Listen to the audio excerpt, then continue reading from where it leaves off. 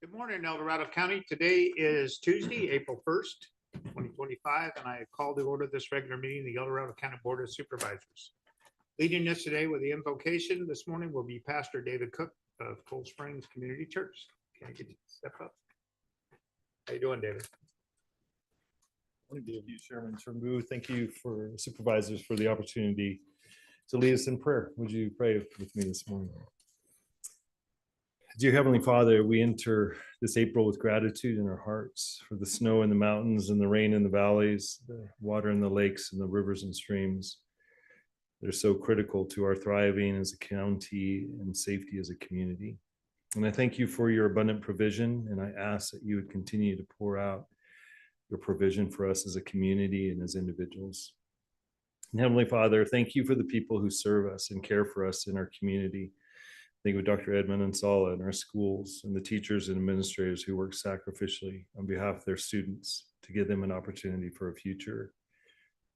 And I pray for Siri Nelson of Marshall Medical Center and the life-saving and life-enhancing care that's poured out on our community through the nurses and doctors, administrators, janitors, the frontline staff, and the Marshall Board, and all the others who are part of the team. I pray for Chief Cordero and our fire and our first responder teams who step into crisis in hard places that we don't like to think about to provide safety and comfort. When I think of our law enforcement men and women, I pray for Sheriff Lykoff and every level of frontline and support personnel who keep our community safe. I think of our not-for-profit organizations and leaders who care for our kids and for our seniors, for our veterans, for our developmentally disabled, for the mentally ill, Lord, for big brothers and sisters and more in Kiwanis, Rotary Lions, for Marshall Foundation and CASA, for Veterans Affairs, and also the houses of faith who love and care for people daily. And as the men and women in this room make decisions to honor our community and vision and values, I pray that you'd provide for a thriving future, to provide the structure to have a thriving systems of support. I pray that you would give them wisdom and courage and compassion to lead with integrity. I pray you'd put people and voices in their path that will support and challenge them in the way that they need to govern best for all of the members of our community. And we pray for peace in our world and protection over those who guard our peace in our military and in our law enforcement. I pray that you would be a shield of protection over them and to bring them home safely and quickly to those who love them. I pray these things in the name of Jesus. Amen. Amen. Thank you. Thank you, David. Supervisors, Please all rise. Ready? Begin. Allegiance to the flag of the United States of America and to the republic for which it stands, one nation, under God, indivisible.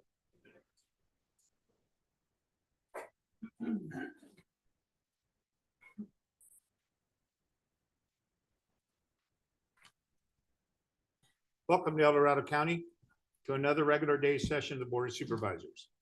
And thank you for joining us here today in Placerville, California. As a reminder, we limit public comment to 3 minutes to allow enough time for everyone to have their voices heard.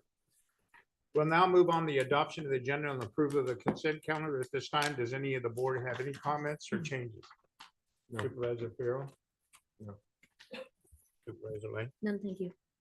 Supervisor Rickham? No, sir. Supervisor Parler? I just have a quick comment. It's not quick, it's a comment. Item number 5, I just want to say thank you for this proclamation regarding recognizing April through October as wildfire awareness season. I've been asking for 2 years now for this type of campaign to happen, and I'm really glad to see that OWAPR's doing it. So thank you very much. It's critical for our county and our efforts on trying to get that homeowners insurance back here. So thank you. Yes, thank you for your comments. And I say the same thing. So anyway, so I'll bring it back and open it up to public comment. Now taking public comment regarding the consent calendar. Individuals will have 3 minutes to address the board. The timer will notify you when you have 30 seconds remaining and again when your time is up. Public comment will be taken first from those participating in the boardroom and then from those participating through Zoom. For those participating by Zoom, please make sure you unmute yourself when called upon. If you're joining the meeting by phone, press *9 to indicate a desire to comment. If you're joining by Zoom, press the raise hand button. Please voluntarily state your name for the record.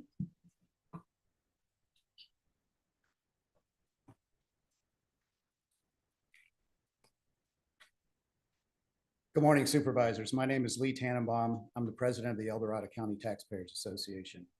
I'm here to request that items 7 and 8 be pulled from the consent calendar. These are not routine items. They are significant financial actions that deserve public transparency and open discussion. The public deserves an opportunity to provide their input. But let me speak directly to item 8 in section 504 of the county charter. Section 504 was created specifically to ensure that Deputy Sheriff 1 and 2 positions remain competitively compensated with comparable sworn law enforcement roles in other counties. That's a legitimate and limited purpose. But what this board is doing now and what has been doing for years is stretching 504 far beyond its original intent. The misuse of 504 didn't start today. The county has been gradually expanding its application for years, applying it to non-sworn staff who were never intended to be covered by it. This current action simply pushes that expansion even further. The attachments to item 8 reveal a list of non-sworn positions being swept into 504 process, including county attorneys, administrative managers, analysts, and even the CAO. These employees are not deputies. They don't wear a badge or face the same field risks, yet under the banner of 504, they're being granted raises as high as 35%, with some increases reaching $30,000 or more per person. This is happening while the county faces a $20 million deficit. That's the irony. You've cut tourism and economic development. You're warning residents about potential tax increases. And at the same time, you're using a law enforcement compensation mechanism to deliver massive pay raises to well-paid administrative professionals. This isn't physical discipline, it's backdoor spending. Section 504 was never designed to be a blanket salary adjustment tool for internal staff. Expanding it in this way without oversight, without public explanation is simply wrong. And burying it in the consent calendar, that's not transparency, that's maneuvering. If these raises are necessary, then explain them publicly, justify the reclassifications, show the public why this is responsible budgeting, but don't hide it in the consent calendar. Again, I respectfully urge this board to pull items 7 and 8 from the consent calendar, open them for full discussion, and explain to the taxpayers of El Dorado County why Section 504 continues to be expanded and misapplied, especially during a financial crisis, because right now that doesn't make sense. Thank you. Thank you, Lee.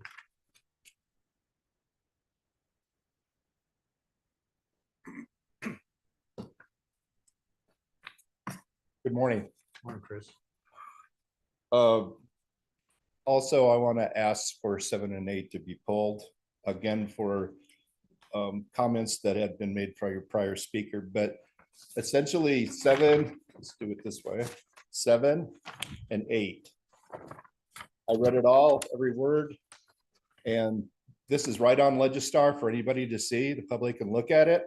It's very obvious that there is implications here.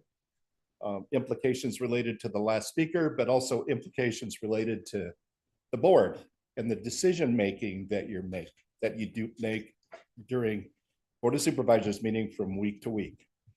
Essentially, this is your job, to be able to discuss these, to be consistent, to follow our strategic plan of the county, and essentially let the public know why on 1 week you can talk about a $20 million shortfall in our annual budget that we might be facing. And on the other week, you bring items related to bargaining units. Former county employee, Managers Association founder, I understand the ramifications here and why you need to bring an item like this forward. But you have to put it together and be able to discuss it in a broad sense. And I feel this is a mistake to do it on consent calendar. And I would tell you this based on my advice, not because I gain anything from it. Thank you. Thank you, Chris.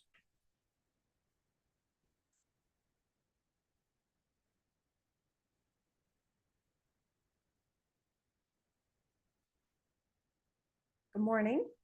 I'm here today as a member of the Child Abuse Prevention Council and here with my fellow members to support April being Child Abuse Prevention Month, and as a thank you and appreciativeness to declaring April and the proclamation to declare it so by this board.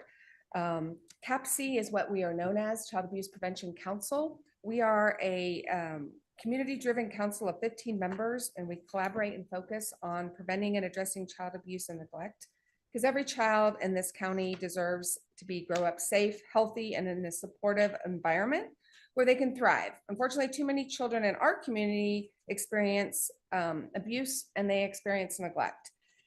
And so this month, it's a reminder for everyone that we need to remain vigilant and we need to stay committed to their safety. Our mission as CAPC is to raise awareness and respect for the rights of children to be free of this abuse and neglect. We do it many different ways, and this is what we're about. We're about educating communities, fostering interagency collaboration, providing resources, and building partnerships to better serve the vulnerable families here in El Dorado County. CAPC supports initiatives that prevent child abuse and promotes the well-being of children and families within our community. This month, we're having a parent workshop nights to support parents and caregivers with education, hands-on resources, and tools for empowerment. We're also planning to plant pinwheels, just like I have on my lapel here, and we're going to do that in entire gardens with the community, each pinwheel representing a child who's been abused. And it's a reminder and hopefully a motivation and an incentive for those to get involved and to do what we can to stop and prevent abuse in our county. To wrap up the month, we invite each of you and everyone in the audience here, we invite everyone to join us at our memorial flag raising ceremony. And that will be at the end of the month on April 25th at 10 a.m. at the El Dorado Community Health Center. The ceremony will honor the memory of children whose lives have been lost to abuse, and as a reminder to our shared responsibility to protect our most vulnerable. Together, we can build a community where every child is safe, respected, and cared for. And that is our goal at CAPC. So on behalf of all of us at CAPC, we appreciate the proclamation and we appreciate your support. Thank you. Thank you.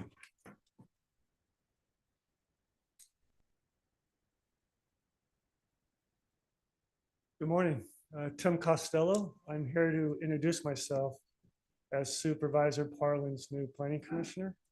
I'll be taking over for Annie Nevis, which is going to be big shoes to fill, but I'll do my best. I'm a 32-year resident of Shingle Springs. My family and I raised our children here.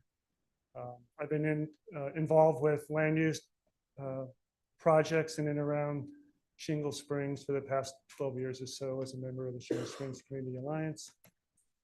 And so I look forward to this opportunity to be further involved in land use decisions countywide. And I would like to thank the planning department in advance for their help because I'll be asking them a lot of questions and be relying on them quite a bit. So thank you, Supervisor Parlin. I look forward to it. I hope you're still happy later. We'll see how it goes. Thank you, Jim. Welcome. Thanks for being here.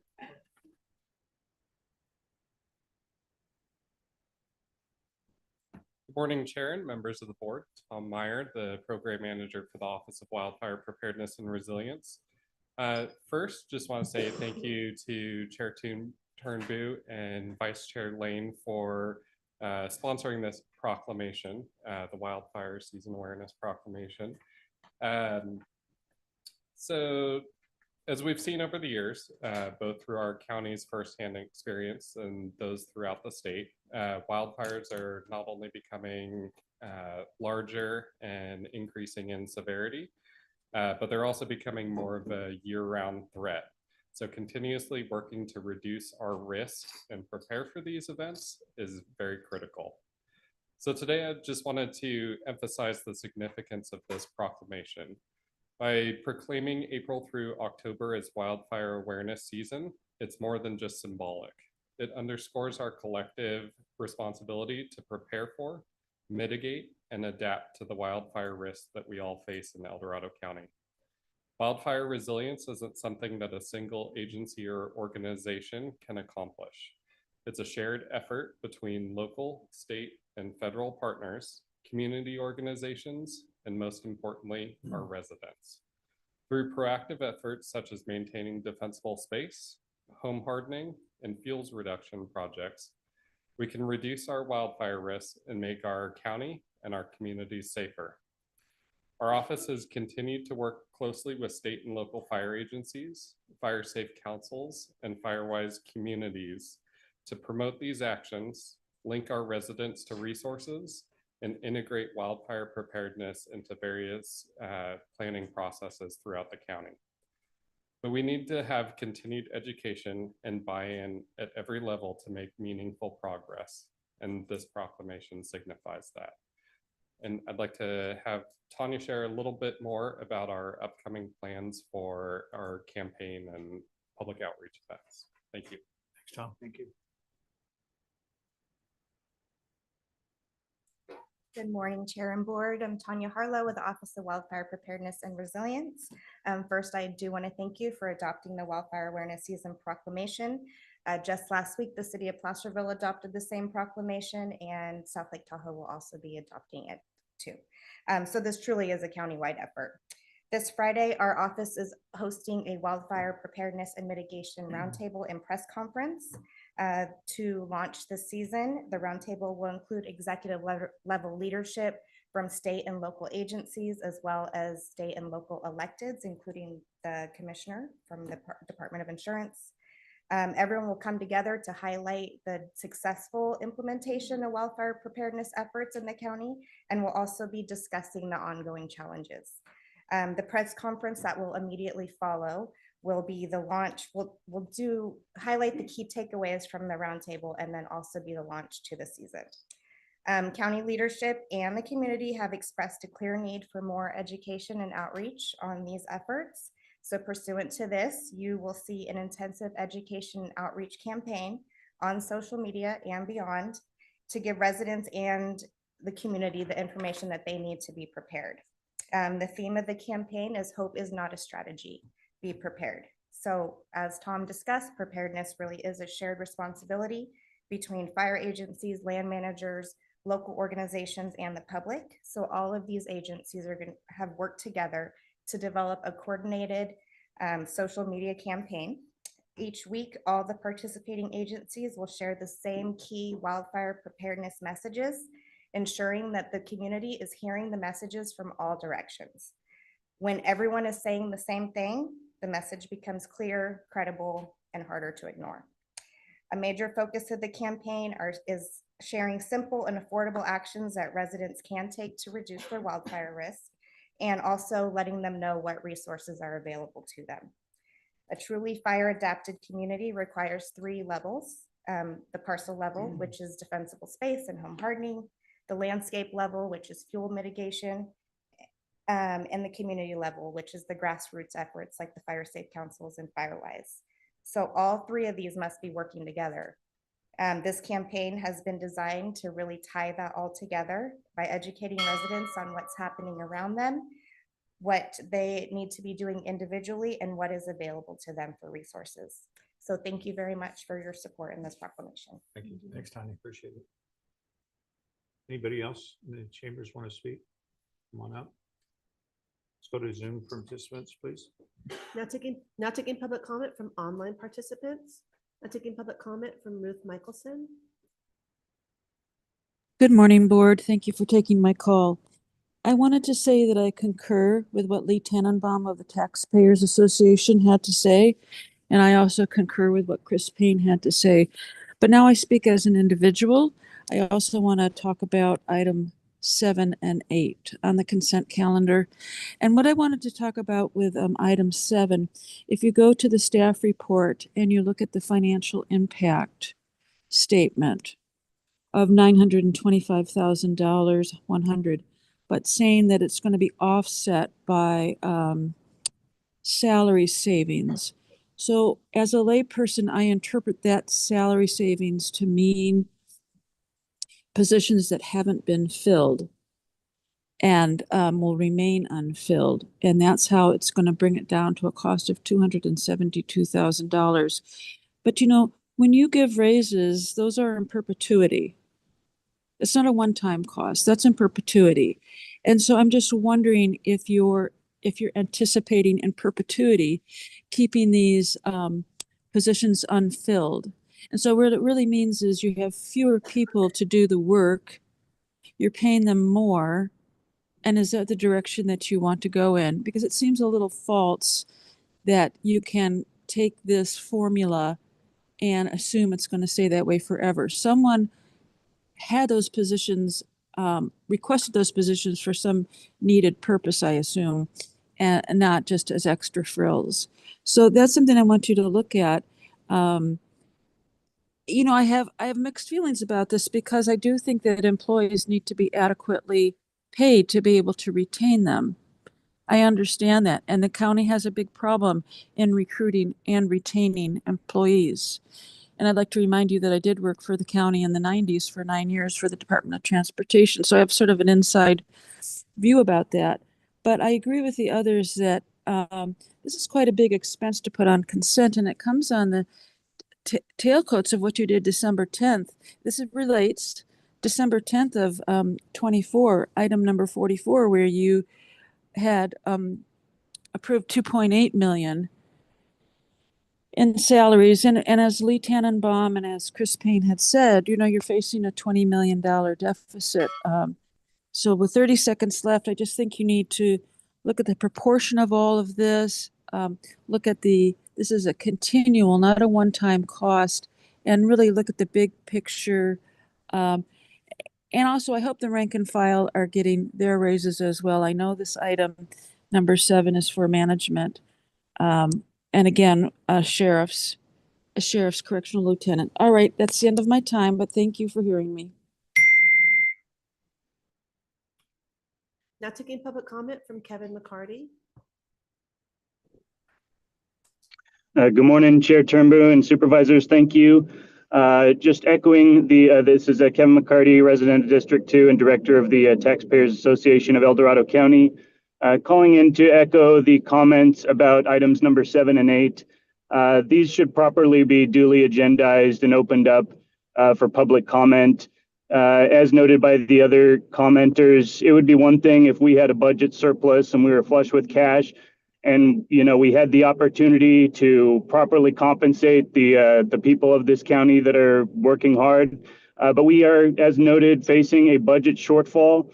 In a private business, if you ask for a salary increase when a company's losing money, I know because I've done it many times, the answer is generally not going to be yes. And again, we recognize and value the input of these employees and these managers, but we really need to at least open this up for discussion. This belongs as an agendized item so that we can properly review it as an individual item and discuss the impacts and consider it in the greater fiscal situation of the county.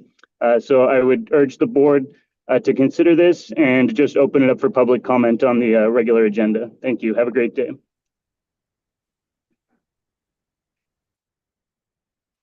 Now taking public comment from Ray.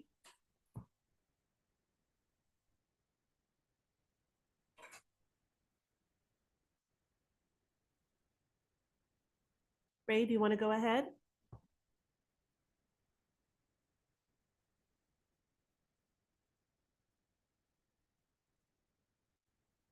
Ray, you're unmuted. You keep raising your hand.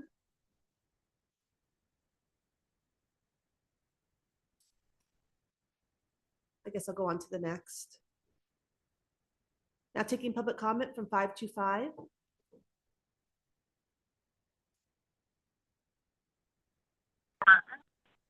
Hi, this is Leo Bennett, Koshan, Pollock Pines. I would like to add my voice to the citizens that are requesting that you pull 7 and 8 from the consent agenda. It takes just one supervisor to do that, and I hope that one of you will hear the voice of the various citizens that are concerned about the fiscal impact of these 2 items. You've heard many good points. I would like to add my voice specifically to item 7. You spent a long time back in February, a couple of hours, talking about an item concerning the transient occupancy tax and your various income drivers among the tourism agencies and the film commission. So to me, to talk about the item that shows like you add them both together, it's about 1.5 million over time, and it's about a 6% according to the great report from your Chief Administrative Office. As was referenced back in December, you gave a 5.71% increase to the deputies. The board is led by example, tightening its belt for some of the financial supports you receive for your service. A percentage increase to the highest management usually translates into a lot more dollars than a percentage increase to our wonderful line deputies. All of this is stuff that warrants a full, transparent, and fiscally prudent conversation. I feel that you should also be taking a look at your 5-year forecast for the general fund so you know how this plays out. As has been pointed out, you're having to make tough decisions, and to lock in a pay raise at this point doesn't seem fiscally prudent. And also, to me, the norm is that management comes last when it comes to pay. Lead by example, pay increases. And when I look on the county website, there's still labor agreements that have not been posted. So I think for all these reasons, I would ask that you listen to the voice of the citizens. And again, that one supervisor show the courage to take. We are not in normal times. Let's talk about this more. Thank you for taking my comments. Now taking public comment from Paul Gilchrist.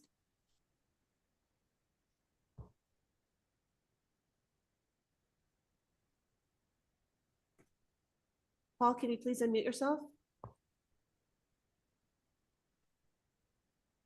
Oh, my apologies. Thank you. I too would like to see items 7 and 8 pulled from the consent calendar with the $20 million deficit, and public sector workforce inflation adjusted wages are down 2%. And looking at the data with regards to what is being proposed here, it equates to nearly a 6% increase for management levels within the county offices. I would encourage the board to dive into this and understand and explain why these increases are so much higher when the public is incurring nowhere near this type of a raise, which would be about an 8% swing, and then provide a complete explanation as to why, with a $20 million deficit, why we're putting such large raises out there. Last week, I brought up a similar comment in the LAFCO meeting, and the two supervisors did discuss it. It came back with that was just below a 2% raise that would just basically keep in line with inflation. And it was carried forward in that regard. The other thing with these types of raises, long-term costs relative to retirement are going to exponentially increase, which will increase the county's unfunded pension liabilities further down the road. So I strongly encourage the supervisors to pull this and agendize it and really dive into it to understand the cost relative to the current financial situation with the county. Thank you. Now taking public comment from Ray Netting.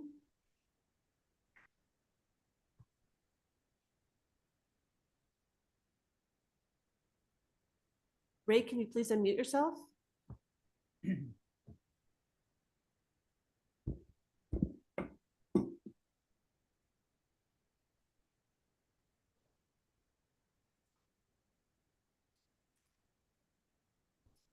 Now taking public comment from John Eslick. Hi, I'm currently the president of the El Dorado County Managers Association, and was on the negotiating team for the MOU, which is being discussed in consent item number 7. I don't think the public is aware that, excuse me, the BOS, the Board of Supervisors, has already met with county HR and the county's labor negotiator and already basically evaluated this contract, gone over the costs of the contract and the positions and the raises included. The raises that are being offered are consistent with what is being offered to the line level units. So the management association isn't getting some lavish raises. And then the raises for the individual positions that are above the generalized raises are basically being offered up to fix salaries that are out of whack. I know in the correctional lieutenant series specifically, that one has been going back and forth between the county and the EDCMA since 2019. And the raises are basically getting us up to what we negotiated and agreed to upon in 2019. So what's written on the MOU and in the agenda item doesn't tell the whole story. There's a lot more to it, and it's already been discussed behind scenes at closed session with HR and the county labor negotiator. So I don't know that the public's fully aware of that, but there's a lot of other factors that go into play in determining these numbers. It's not just numbers that were thrown out by the county to give to management employees. Thank you. Now taking public comment from Kelly N. Good morning. Hi. I'm glad I caught you on YouTube because yesterday I couldn't find an agenda. I thought maybe y'all were off this week. I'm not going to repeat. People are making really poignant, very practical comments. And really, it just comes down to, once again, consent calendar, the intention, the importance. And I understand that's a lot to get out business. But in terms of these items that everybody's referring to, 7, 8, these are discussionary items. I think people more than ever in this time of history want to understand how we got to a $20 million deficit when back in October, I believe it was, we got our first balance sheet budget, then it goes to 8 million and now we're at 20 million. I don't know if that's oversight. I don't know if that's overspending. We don't know, but the people just need to understand. So it's simple.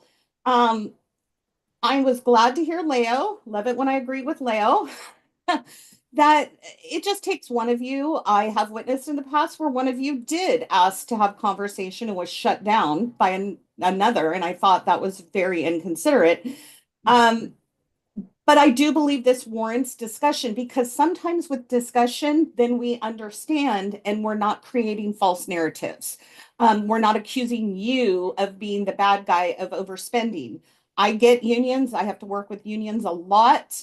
I understand collective bargaining, and sometimes you're at where you're at because of those bargainings. But if people can understand in what you are able to disclose in those bargainings of how we are having this consent item increases, it just, again, it pulls back everybody's speculative and pointing fingers at, you, and you as being irresponsible or just spendaholic. So I really encourage you to pull these items so that we can have that conversation so that if need be, and there are increases, that we can come to acceptance of that.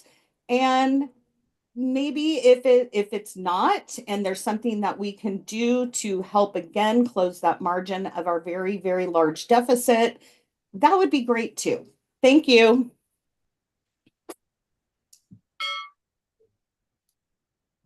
Now taking public comment from Ray Netting.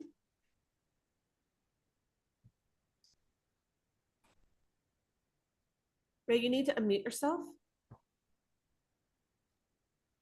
Can you hear me? Yes. Hello? Yes, we can. Well, I'm up here in Happy Valley in a massive snowstorm. I'm on a satellite and cell phone, so this is the first time I've tried to use this. It's nice to see the Board of Supervisors. I haven't viewed you guys in over a long time, and it's time that I just say that the 504, I co-sponsored it in 1994. In 1993, we faced a $8 million budget crisis, and public safety was on the table. Talk of deputy sheriffs was on the table. And we quickly found out that, you know, a $300+ million budget and the general fund departments were in dire straits. Once we balanced that budget, held the public safety harmless, we recognized that we needed to do something. I co-sponsored the charter, negotiated with the Deputy Sheriff's Association, and Deputies 1 and 2 were the only issue on the ballot. That issue won overwhelmingly with the voters of El Dorado County, and thus the charter was birthed by the citizens voting over 70%. And a key component of that, I won't mention others, but we're focusing on 504, was that we would have the best Deputy 1s and 2 probably in the state by securing their pay as connected to 4 or 5 other agencies.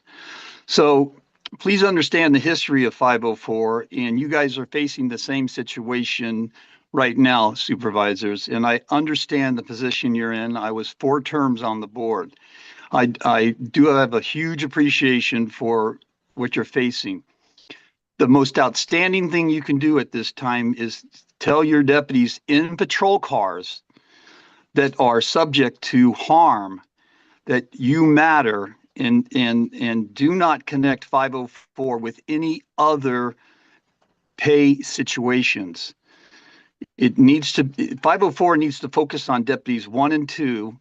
And I know it has grown over the years, and truly I respect your difficult situation, but at least give the public an opportunity to discuss it and show your support for Deputy 1 and 2 as it was demonstrated by the voters in 1994. Thank you. There's no additional public comment.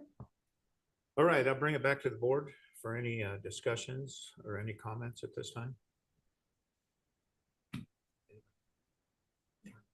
Yeah. Thank you, Chair. I think that the budget is it's a very large discussion, and to take it in little chunks is important. I think it's very important that we bring the public along with us, because they're going to be part of the solution. We all are in this together. So even though I understand that 7 and 8 are negotiated contracts that we have, that we've put in place, they're routinely put on consent. But the public is asking some very good questions. We're going to have a big budget discussion next week and another one 2 weeks after that. And so if their questions can be brought into the context of those 2 presentations, not to mention the final budget presentation, I would be happy with that. But if they can't, if it's a different topic, then I think they should be addressed today. So maybe could the CAO maybe comment? Yeah, I appreciate that. I think that we can incorporate, excuse me, a lot of what was said and questioned into next week's discussion, and it will be answered. Just, I know, because we've already been working on that. I will say that neither one of these items provides for additional 504 linkages. So I want to clear that up right now. And I don't think that we will really be talking about that next week. Otherwise, it's a complex system, and we can certainly address questions and how we balance all of this, how we balance salary increases with declining revenues and increasing expenses. We're doing it. That's our job. We're doing it in a very strategic, prioritized manner, working with the budget ad hoc. So yeah, we can talk about all of that next week. That would be great. I really want the public's questions to be addressed. There's some of the same questions I have as well. So just so the public knows, that meeting next week on the 8th is scheduled to be a 3-hour discussion. So we're not going to try to slip anything by anybody. This is a negotiated agreement.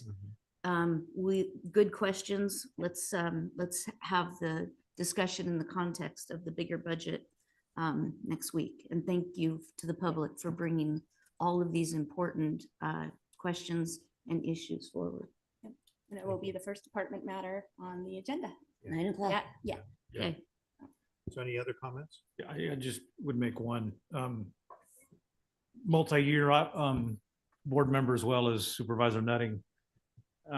These numbers just didn't come out of the blue. They've been involved in discussions for years, and 504 is part of that, and it's very complicated. And the biggest issue with 504 is, and I totally agree, we need to compensate our deputies in the way and be respectful of what they earn compared to other agencies, because they do the same line of work. But then you have something called supervisors that are above them, and it all becomes a compaction issue. This has been a discussion. It has gone on for years, and not only at that level, but the other levels that we're talking about in 7 and 8, dealing with county employees that are well below the comparable averages. And we're working again to get everybody to a median. It's unfortunate, but years ago we were there, and now we're behind again. And it's competition for employees.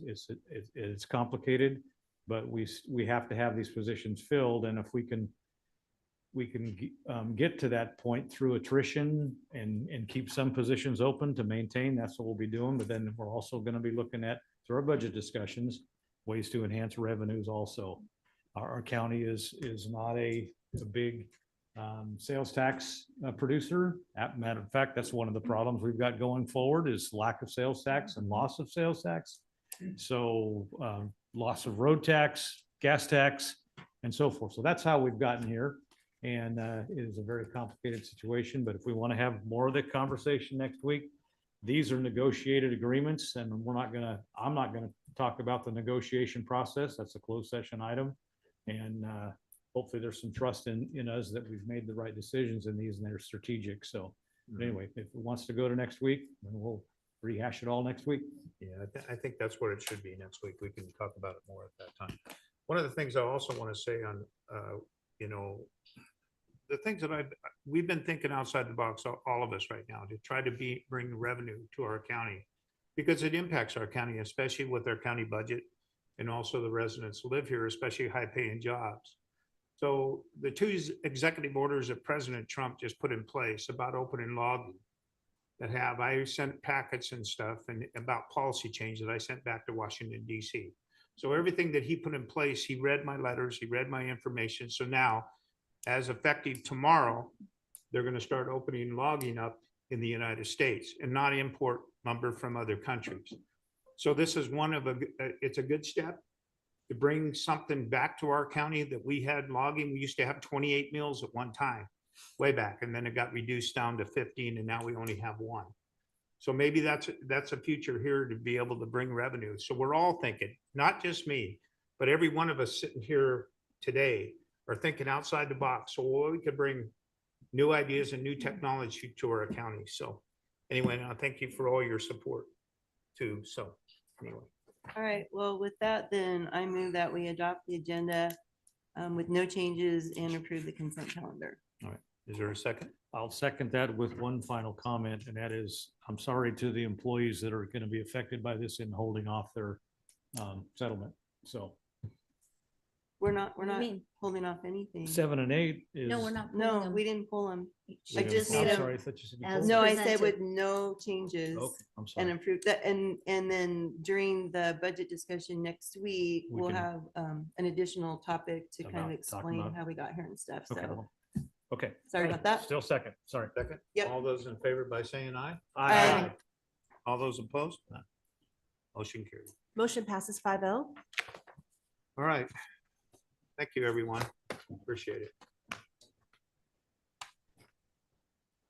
At this time, I would like to move into department matters.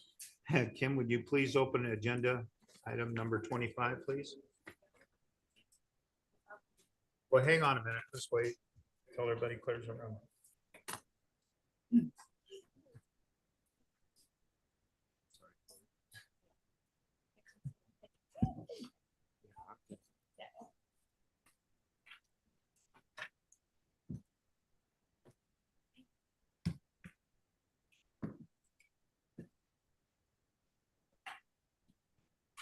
Item 25 comes from the Department of Transportation recommending the board, one, approve the introduction, first reading of an ordinance amending county ordinance code, traffic impact fee program, reductions and appeals to revise language regarding the timing of appeals related to the traffic impact fee program, and two, waive full reading of the ordinance, read by title only, and continue the matter to April 8th, 2025 for final passage, second reading. All right. Good morning, Supervisors. Chair Turnbull, Zach Oates with the Department of Transportation. And as Kim just said, we're here today to present a proposed amendment to the ordinance related to the timing of when appeals should be filed against traffic impact fees assessed to new development. It's a fairly straightforward item.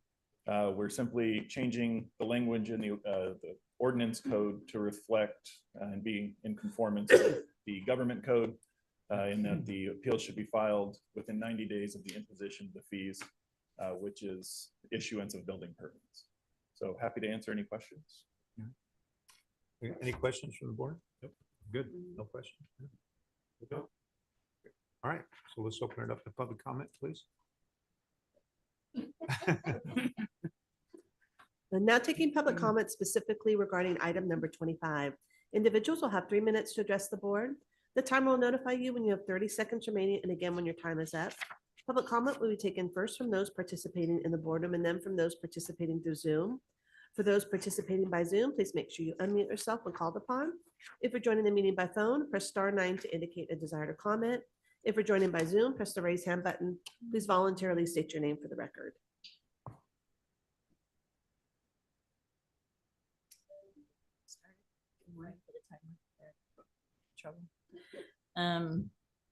So Sue Taylor, proponent of Measure E that's been put in the general plan, and I had a question. I don't oppose what is being stated, but it was confusing reading through the item. I just saw this on the agenda, and when you're actually requiring the mitigation fee to be paid, because there's so prior to before they're appealing, when are they required to pay?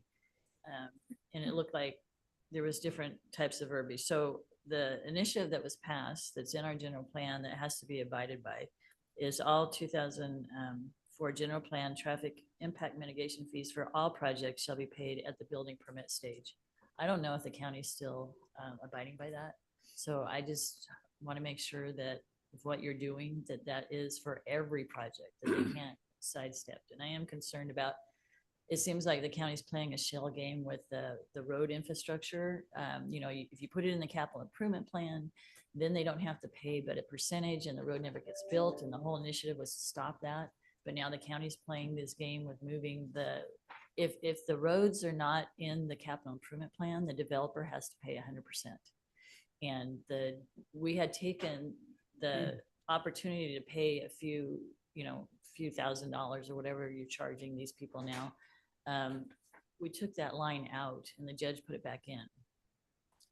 But the intent of the whole initiative was not to create paper roads where you have to meet the capacity. It doesn't matter who does it or how it happened. You can't keep approving these projects without road capacity. And you've been doing it ever since the initiative has been passed. And it's getting quite frustrating. The community's very angry about it, and it's going to come to a boil. And I see that it's going to be on the agenda for the Planning Commission to again move these roads around. And I think you need to just take them out of the capital improvement plan. And if the county's not, you have no money to put these roads in. You've got to rely on the developer to do so. And if you take them out of the capital improvement, they have to pay for them. So that's what I'm asking, and to make sure that they're getting charged as they pull their permits. Thank you. Anybody else in the board chambers like to speak on this item? Let's go to Zoom participants, please. And now taking public comment from online participants. There's no additional public comment. All right, so I'll bring it back to the board for any further discussion Or would staff maybe want to clarify that? Yeah, please. Very good. So yeah, the question about when fees are collected, We do collect them. The fees are required to be paid before the permit can be issued. If an appeal is filed, the fees must still be paid under protest while that appeal process plays out. So that's how that works. Thank you. Anybody else? Any comment? Mr. Chair, I'll move item 25 for approval. Second. All those in favor by saying aye? Aye. Opposed? Motion passes 5-0. All right. So I guess we can move to item 26. CAO. Plan update. Item number 26 comes from the Chief Administrative Office recommending the board, 1, receive an update on the county's strategic plan efforts. 2, review and direct staff as necessary to modify the current vision statement, mission statement, and core values. 3, review and direct staff as necessary to modify the current 5 strategic focus areas. And 4, direct all department heads to incorporate the county's strategic plan priorities into their department short, middle, and long-term goals. All right. Thank you, Kim. Good morning, Laura Schwartz, Chief Administrative Office. And get a second here, get set up. We're going to actually bring up the strategic plan from the county's website and kind of walk you through what that looks like. Okay.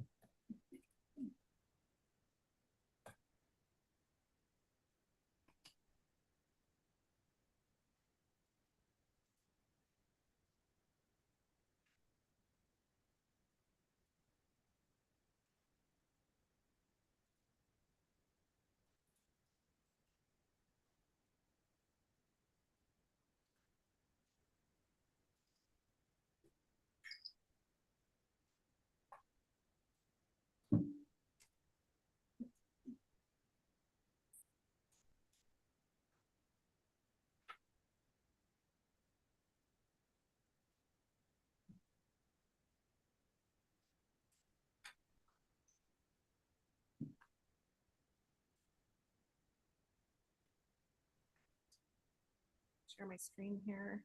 Kim? Can I share my screen? Okay.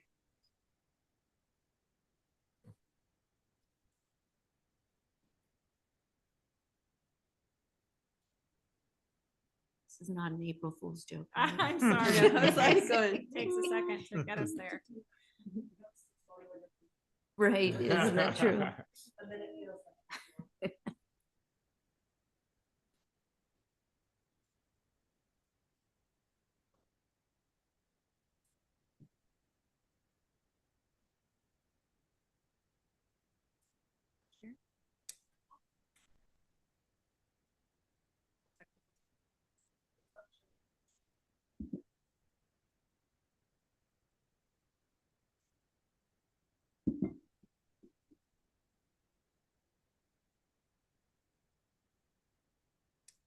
Oh, Zoom quit unexpectedly. So is it on the CAO? Yeah, you can actually, yes, it is. So is our public still on? If Zoom quit unexpectedly? Oh, okay. Yeah. Which is yours. There we go. That's, that is. Oh, look at that. So, yeah, so maybe mine is, oh, Whatever that's on the Okay. side. well. It's doing it. It's just, let me try. this.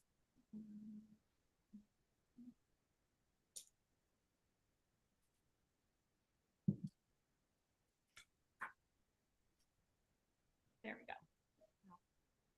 We can see it. Okay, so the purpose of today, annually per our charter, we are required to bring back, to basically have the board adopt their goals, their values, mission statement. So this is the board's opportunity to kind of take a look at what our strategic plan, just a little bit of background. You know, we went through this last year, went through several meetings with all of our department heads. We had a facilitator that came in, we had public meetings, we had a public survey, and all of that was used to develop the strategic plan before you today. So our mission, together we enhance the well-being of all residents, businesses, and visitors by delivering effective public service. Our mission, exceptional quality of life with a strong sense of community, rural character, managed growth, and opportunity for all. In addition to the mission and vision, we did come up with some core values as well as some strategic focus areas.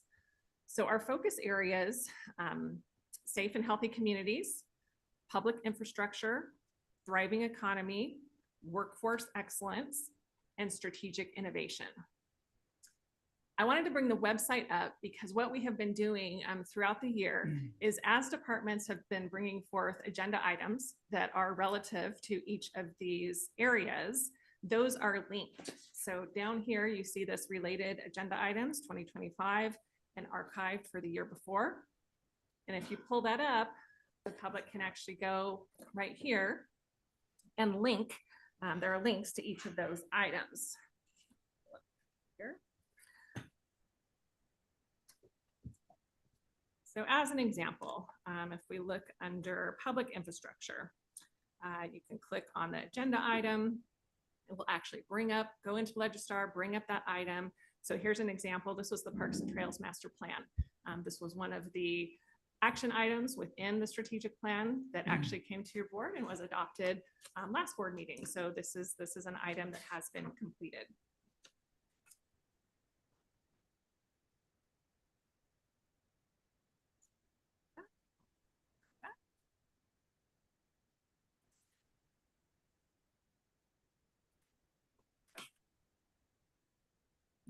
There we go. I can go through a couple more of these, but I think you kind of get the gist of, for just really wanted to bring this up for the public's sake, just to know that these all are available. Attached to the item is kind of an update of where we are on all of the priorities and action items. You'll see some of those have been completed. Some of those where we needed to are kind of in progress, but we know that the time frame might need to shift a little. We've added a new time frame for those that are still underway, kind of no changes. Those are just ongoing. Don't know if you'd like me to take some time to go through these. I know time is, we can go through them, or. You mean the linked items, the Legistar? No, the where we are to date. So kind of what's been completed. Oh, what's in our packet? We don't need to. Did everybody read the item ahead? Because I feel like we read it ahead, but maybe it might be. Sure, I can just kind of pick a couple of. Yeah, if there are any questions on any of those, we can certainly. Okay, yeah, I've got. You got some? Yeah, right. I do. I have a couple. So I'm looking at the update version for today. Okay, right. Cool. So there was one up on, let's see, I'm on page 1, safe and healthy communities, the second box down, I think is where this topic goes that I'm want to ask a question about, but it says develop and implement community disaster preparedness programs and initiatives engaging with community partners and stakeholders. And I've asked about this a couple times over the last several years, and I thought that there was going to be a plan to do so. But the new, is it RAVE, the new system? Not Code Red, right?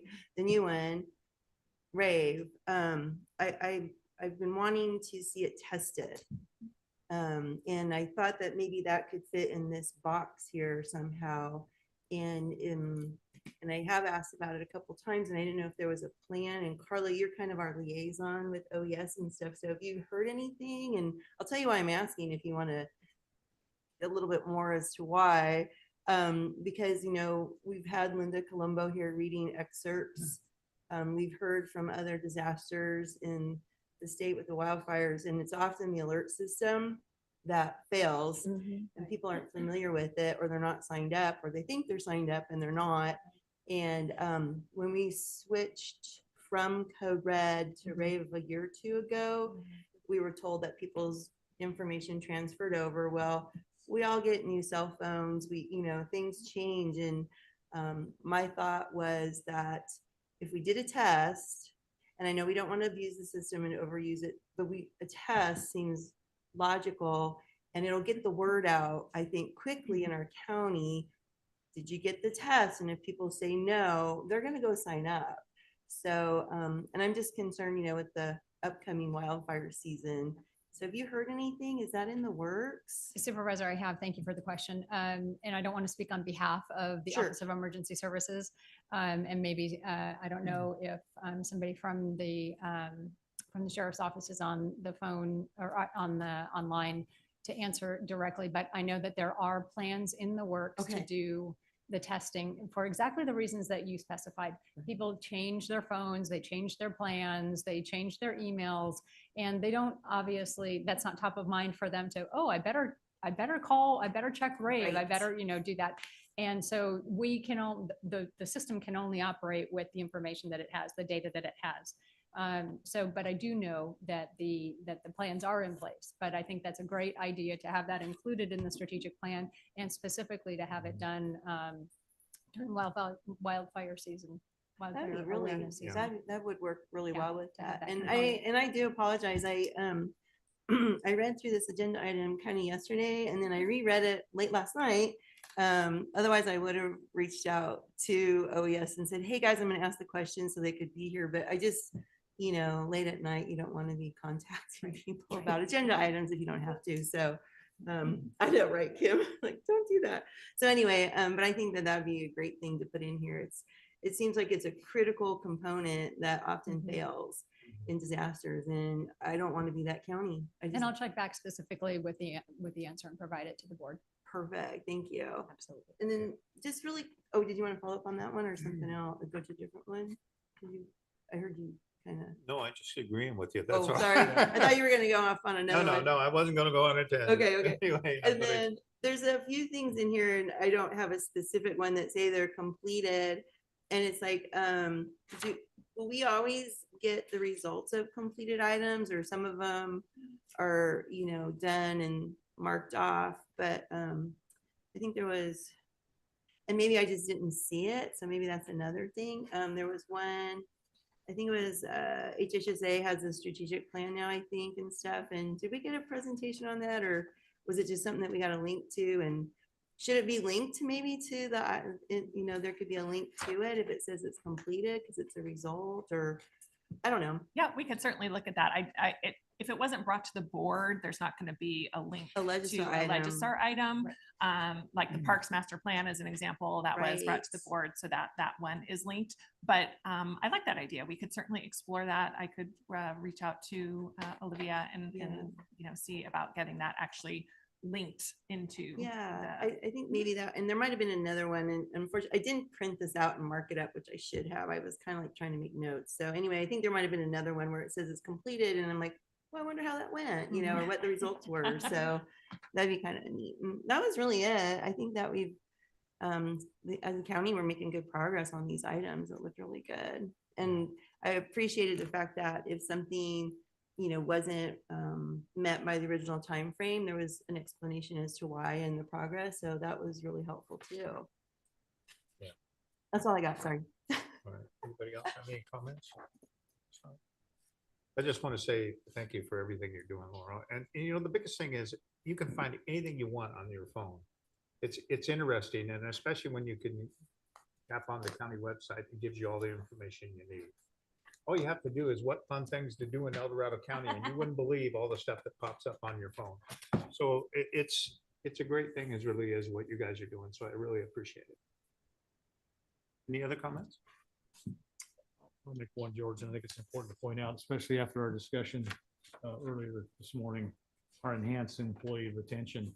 And we've gotten away from that, I feel, and it's time to get it back to where it needs to be because our employees are very important to us. And obviously it was built into the plans. It was built into the last plan, right? And we have got to take care of those folks in a competitive manner, as it says here. So the only other thing that I would add or question is with the Creative Workforce Excellence Committee to explore best practices, was that done? And is there any update there as we move forward or talk about today? Is it under workforce? Yeah, I believe that one's delayed due to labor negotiations. So that has not been set up yet. Okay. All right, okay. Yeah, and that's. So that's yeah, I in the would, box. hopefully if we can get those behind us, then that's a great place to go. Yes. Right, exactly. Okay. Any other comment? Greg? Anything? Yeah, the only thing I have, I'm looking at the thriving economy for the strategic plan focus area. I mean, in general, I would like to see more. In order for the county to thrive, our businesses need to thrive. And I'd like to see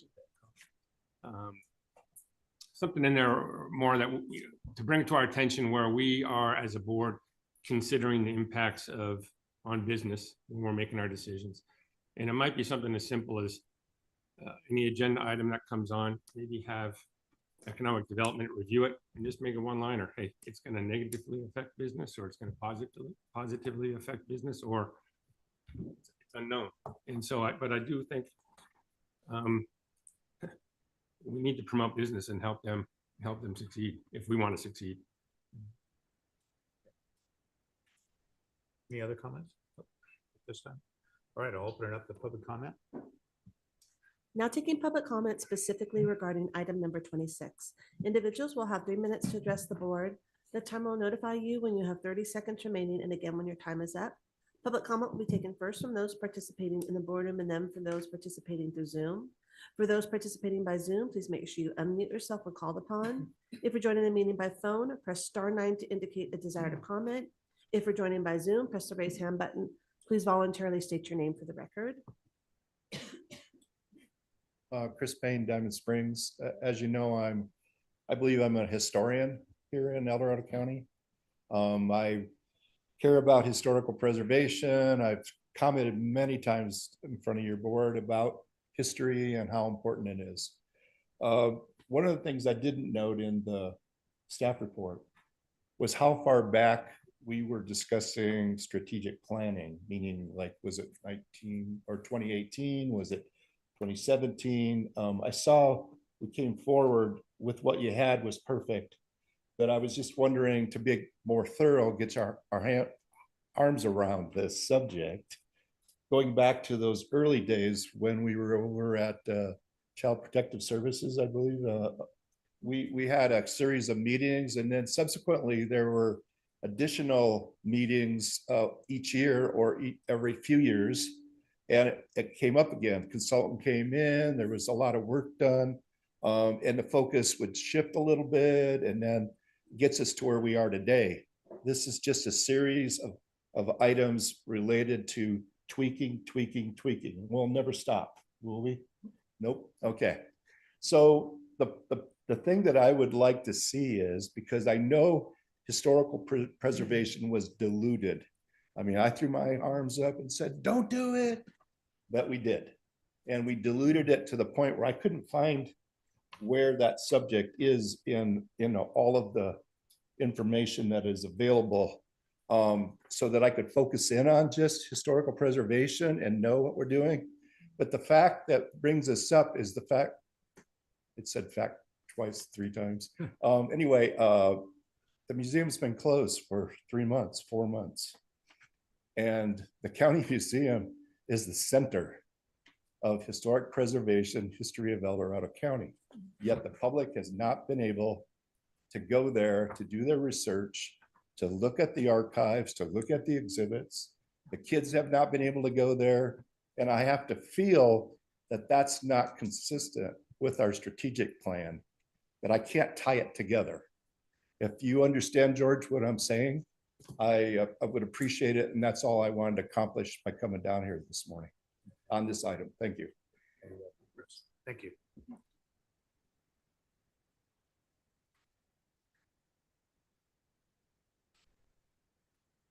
So I've always kind of felt like strategic plan was an internal thing for you and to make, feel good kind of stuff. And that's not why you came here. You came here to make sure the general plan was followed through. And Sue, can we raise that a little bit? I can't hardly even oh, hear sorry, it. I have a low voice. Yeah, I'll that's start okay. over. Okay. Do I get my 3 minutes over?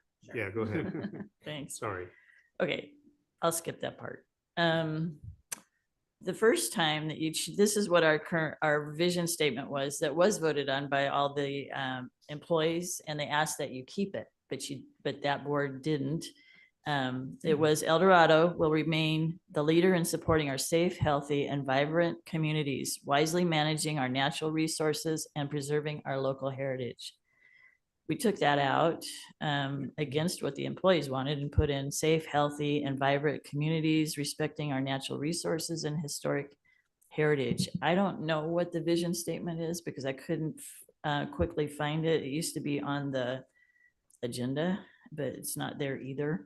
So I think it's been changed since then. And then the mission statement was El Dorado County government will provide efficient, courteous, and effective services and infrastructure for the safety, protection, and well-being of our residents, businesses, and visitors.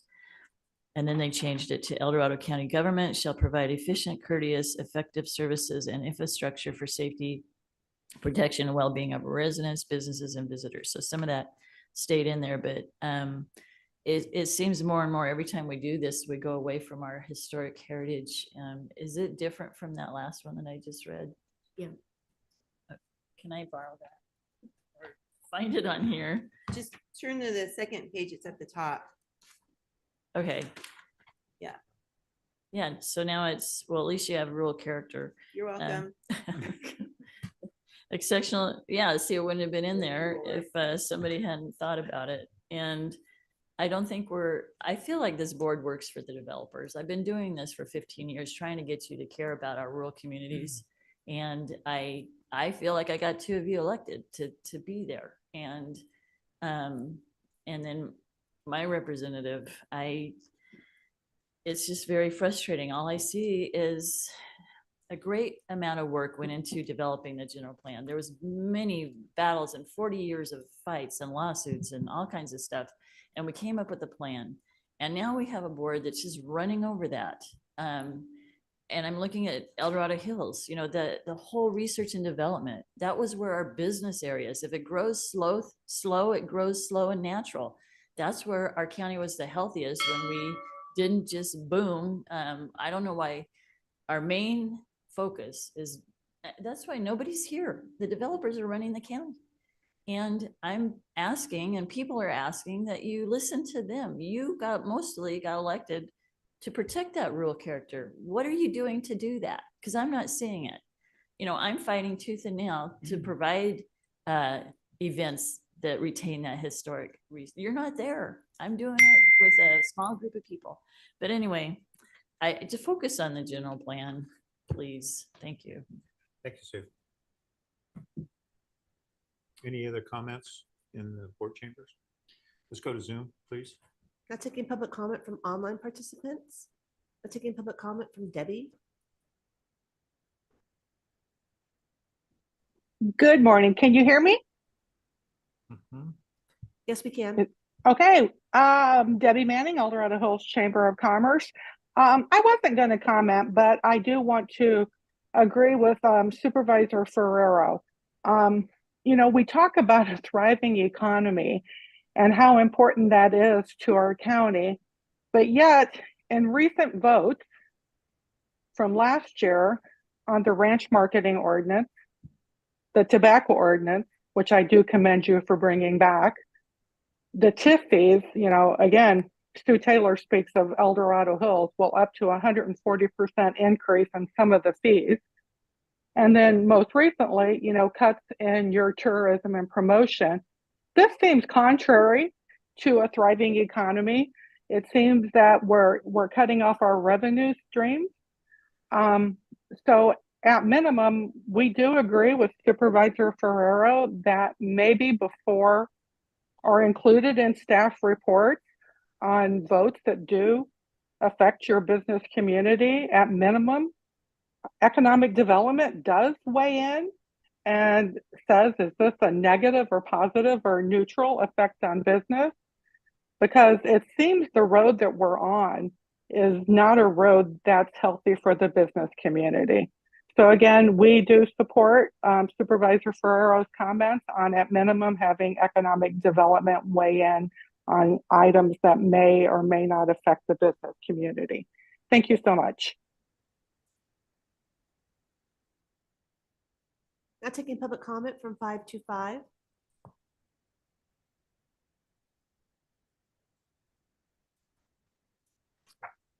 Hi, this is Leo Benekoshan again from Pollock Pines. I commend the board for looking at the strategic plan. And in my experience, you know, you're a governance body, and that means that you have to pay attention to things like the strategic plan, but also, as Sue Taylor pointed out, to your general plan. And when people want to get engaged, I think they go to your county webpage, and I've spoken to it before. If you go to Board of Supervisors, you don't have a budget button, and you also don't have a general plan button. So I would urge you to take a look at those buttons and take from the perspective of how you want to draw in citizens. Above all, I think it's important to focus on your values.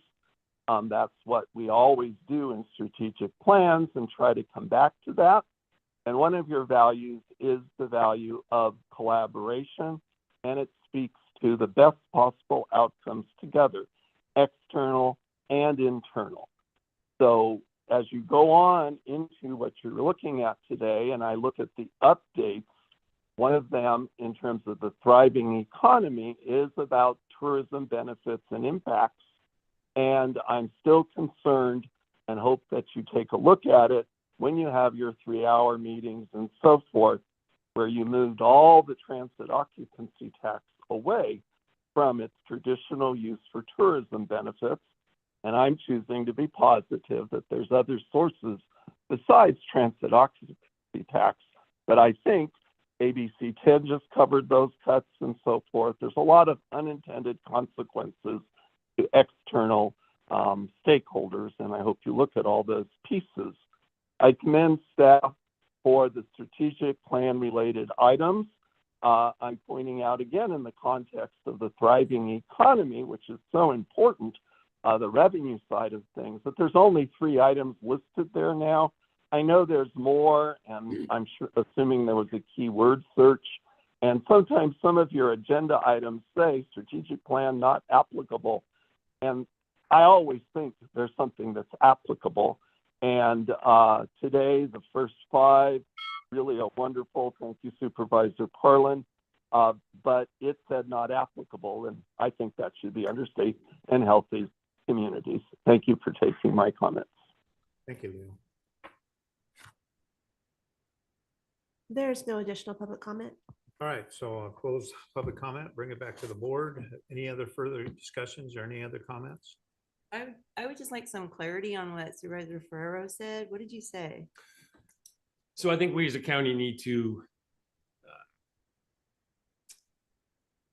try as hard as we can to stimulate business. And the current budget is a direct result of sales taxes. So just to oversimplify it, the more businesses prosper, the more sales tax we're going to receive, the better it is going to be for our budget.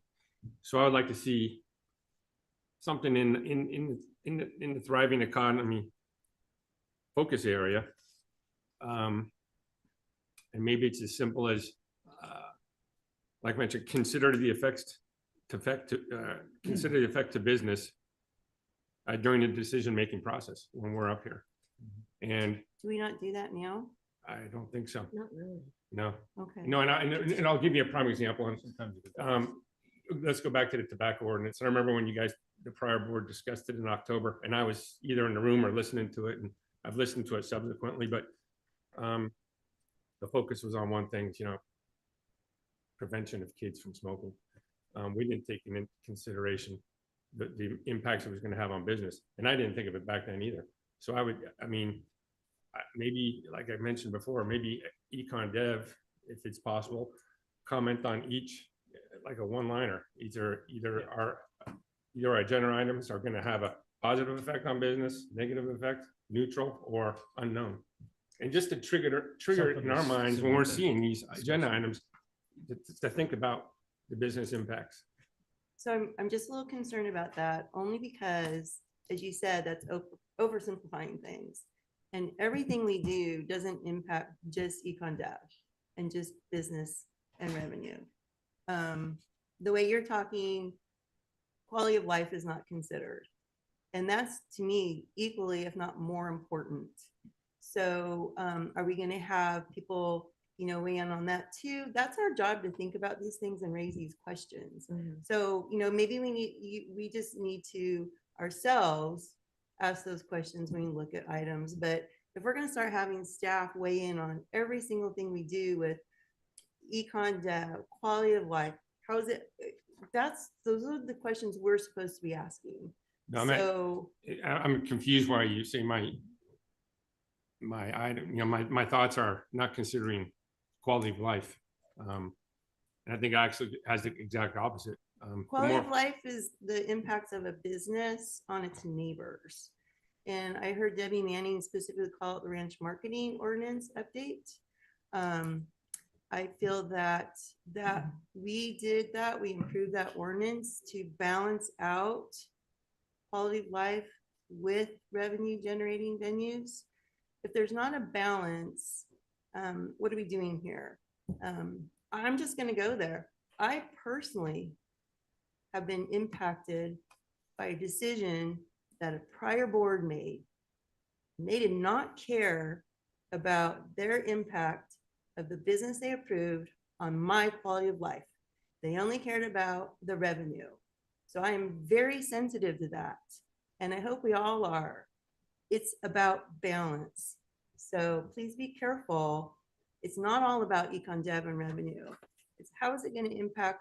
You weren't here for the Amazon conversation. That sounded like a great way to, generate revenue.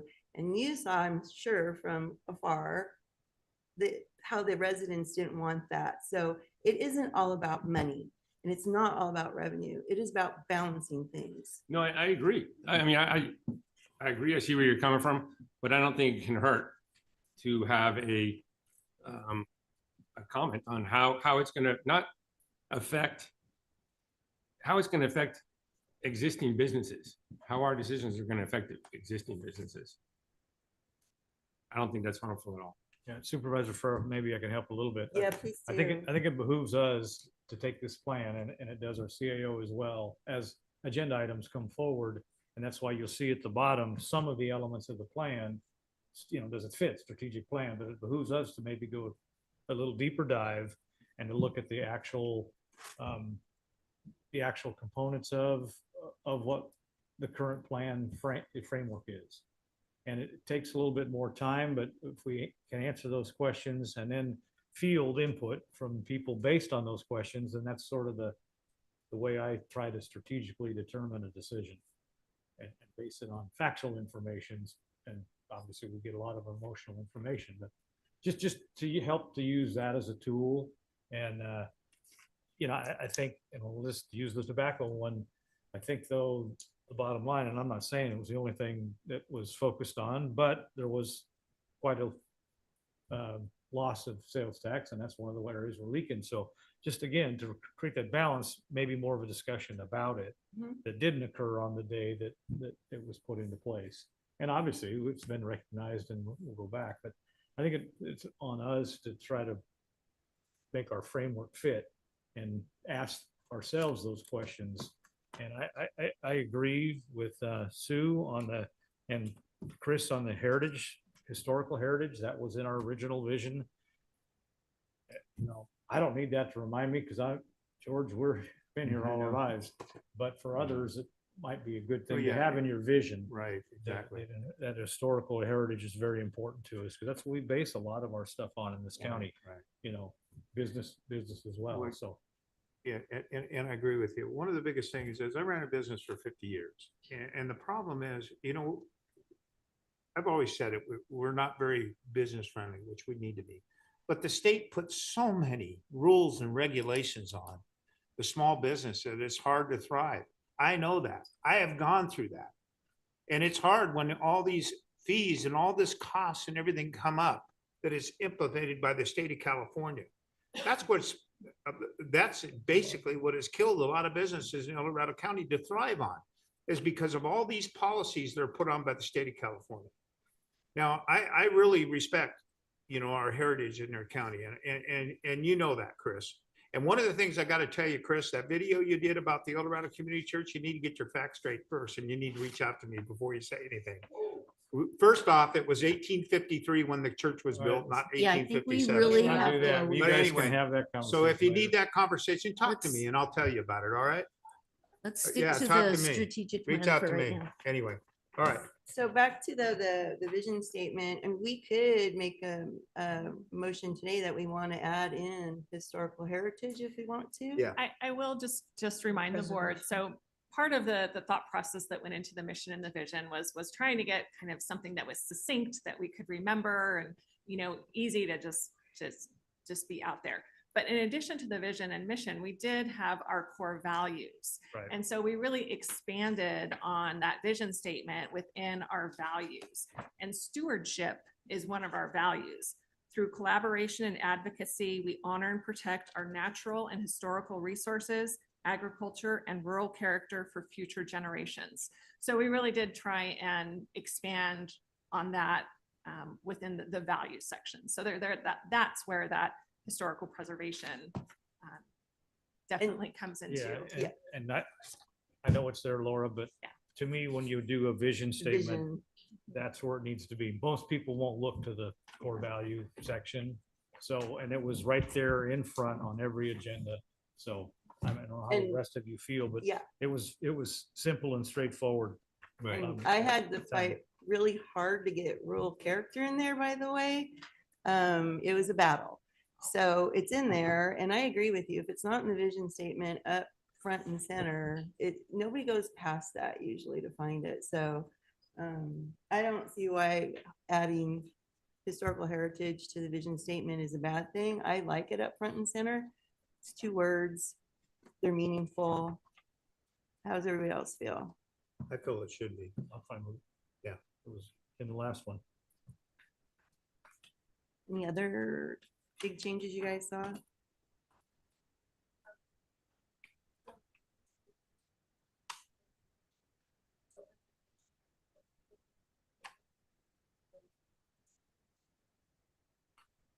Where do you want it in there? Respecting our historical heritage instead of rural character. What I used to say. Close to it anyway. Our previous one was safe, healthy, vibrant communities, respecting our natural resources and historical heritage. That was our previous vision statement. But if everybody likes the one now, we just would substitute rural character with historical heritage. I don't know if I want to substitute. I would add. Okay, that's fine. It's still short enough. That It is short enough. can I win. agree. Sweet.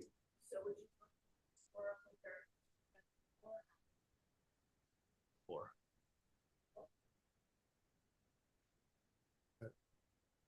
Greg, you have a comment? No thoughts. Okay. So everybody agree that it should, should come before the retaining our rural character? Yeah. Okay, you all in favor? So do we get a motion?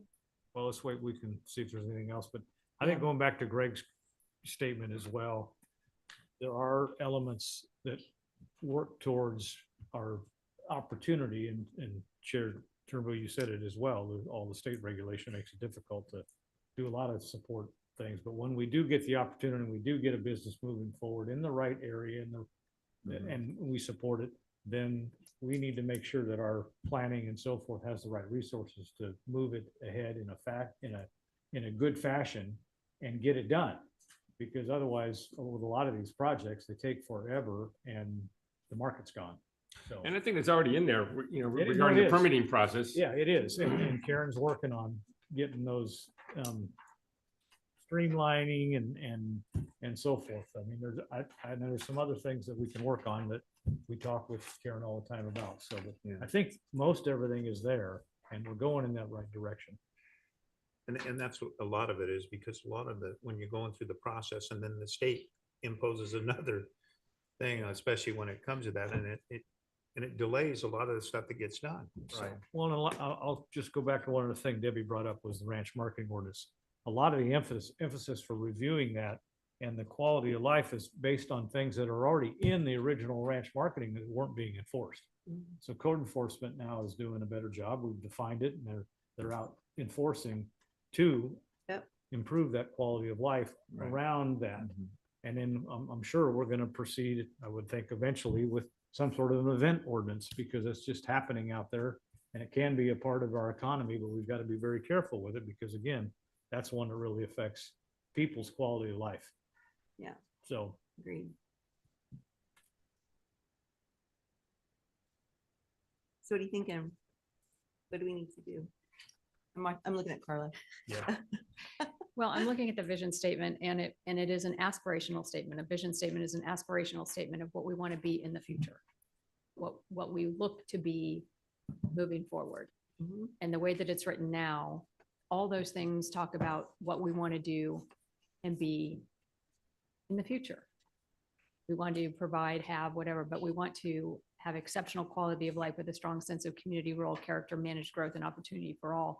I'm struggling with the wording, frankly, of respect for our historical heritage. Oh, I thought we could just put exceptional quality of life with a strong sense of community, historical heritage, rural character. So it's a strong sense of, and just include historical heritage as an item. A strong sense of historical heritage. Well, are you looking at the current vision statement? Yes. So exceptional quality of life with a strong sense of community, comma, historical heritage, comma, rural character, and so on. Okay. I heard respect for our historical. Well, that was in the last old one. one. Yeah. Okay. And that particular wording doesn't fit. You're right. It but does not. Okay. This is like one of many things. I thought you wanted to add that. Okay. Got it. Excellent. Never mind. Sorry then. about that. That's Well, okay. because we didn't wordsmith it on the Word document. All right. That works, right? Okay. So with that, were there other real changes then? That is what we are here for today, for your board Okay. to just decide. So what do you have as a list so far is what I'm asking? Like, if we're gonna make a motion at this very, very moment, change the vision statement, and was there anything else? I've already heard back from the director of HHSA. We will link their strategic plan is on their website. So we will link that to this one. We had the question for the sheriff's office. Other than that, we will continue down the path we're on unless there are any additional changes. Awesome. Okay. All right. Then are we ready for a motion? Yep. Yeah, can I get a motion? I'll move to approve this item with a change in the vision statement to add historical heritage. And everything else has been addressed, so we don't even need to include that in the item. So that's a motion. Second. All those in favor by saying aye? Aye. No. All right. Motion passes 4-1 with Supervisor Ferrero voting no. All right, so do we have time for closed session items? Mm-hmm. All right. So the board will now recess into closed session to hear items 28 through 32 as specified in the agenda. Anyone who wishes to provide comments concerning those matters may do so at this time. Please open it up for public comment. Now taking public comments specifically regarding closed session items. Individuals will have 3 minutes to address the board. The timer will notify you when you have 30 seconds remaining and again when your time is up. Public comment will be taken first from those participating in the boardroom and then from those participating through Zoom. For those participating by Zoom, please make sure you unmute yourself when called upon. If you're joining the meeting by phone, press *9 to indicate a desired comment. If you're joining by Zoom, press the raise hand button. Please voluntarily state your name for the record. So we're up to the chambers.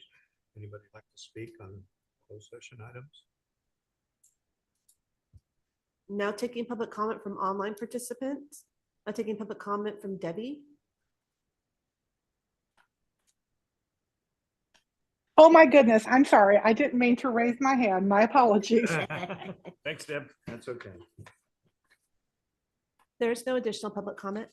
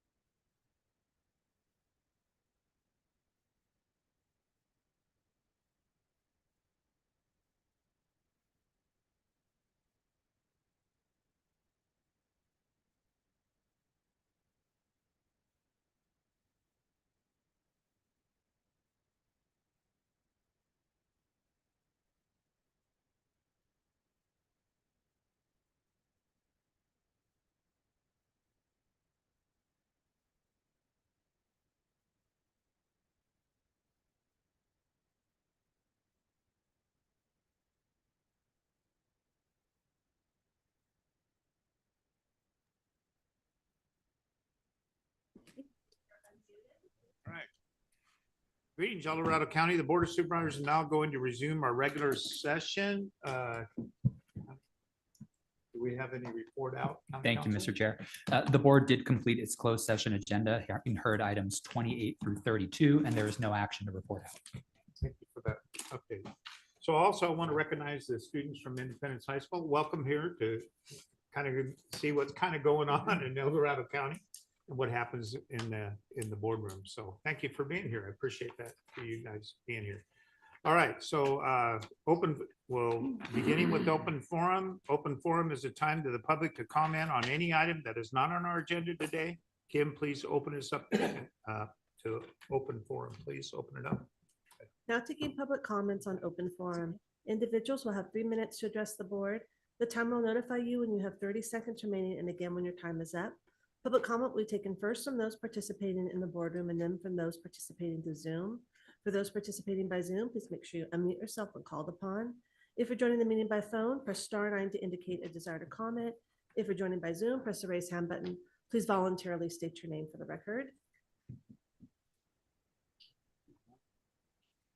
I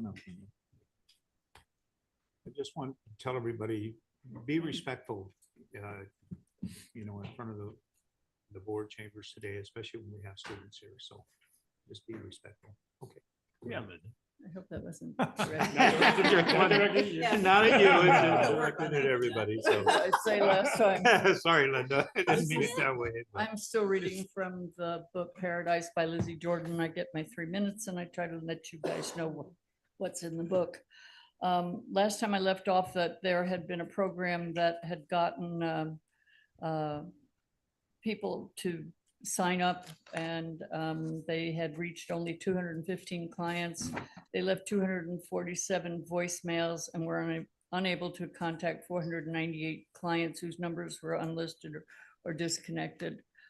Special Needs Awareness Program, or SNAP, had an enrollment of 3,700 people, but SNAP was a voluntary educational program that emphasized personal preparedness. Butte County posted a sample emergency preparedness plan. 20-page document included tips on what to pack in a go bag. It did not include any phone numbers to call for help.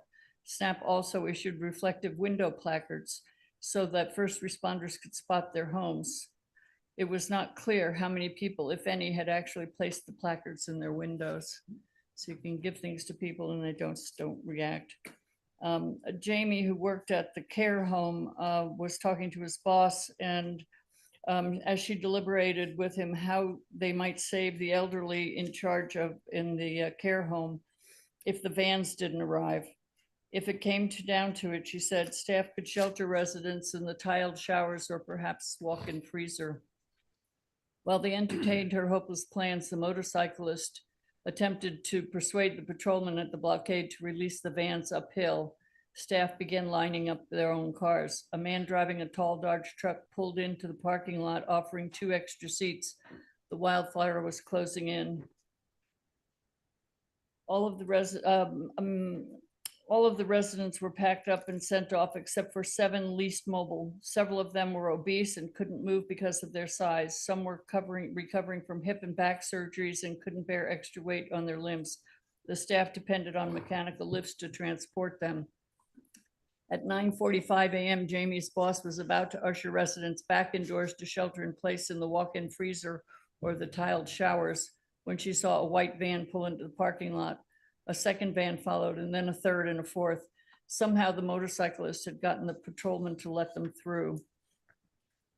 The Paradise Irrigation District had constructed a water plant in the neighboring community because of its proximity to Magnolia Reservoir and Paradise Lake. Paradise's gravity feed system was blessedly simple. Below the plant, the workers could see heavy column of smoke floating west. Something was clearly long, but when he turned to the computer to check the pressure of the water levels for Paradise, he discovered that the plant's connection to the 5 water tanks downhill had been severed. Gentry had tripled the flow to in case the firefighters needed the water. 12,000 gallons of water rushed down the slope every minute, and I'll be back next week. Okay, thank you. I hope we have more people reading the book. Right. Thank you, thank you, thank you. You're welcome.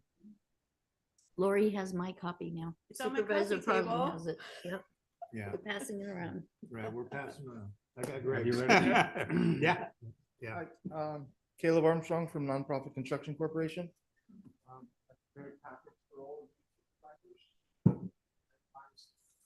Things in it.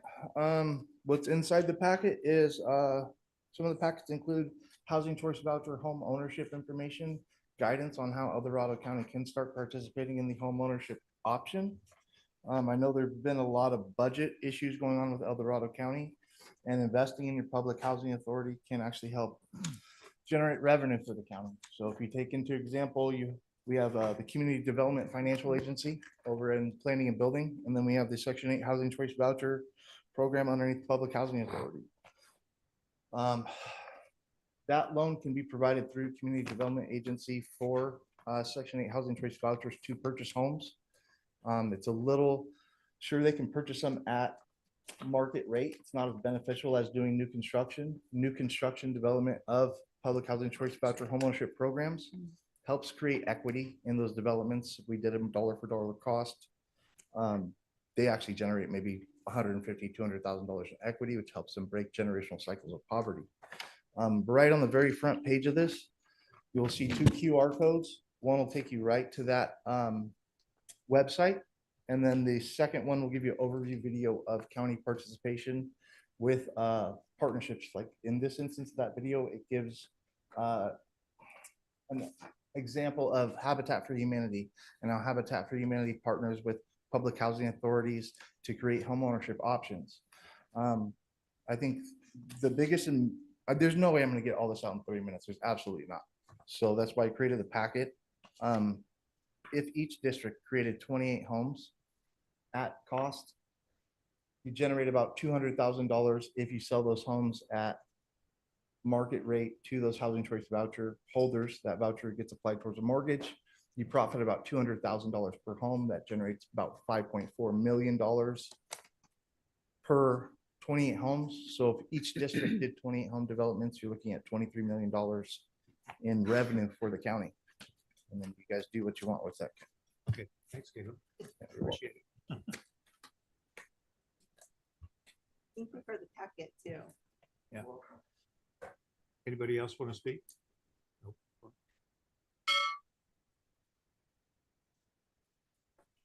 Good afternoon, Chair, members of the board. My name is Scott Chad.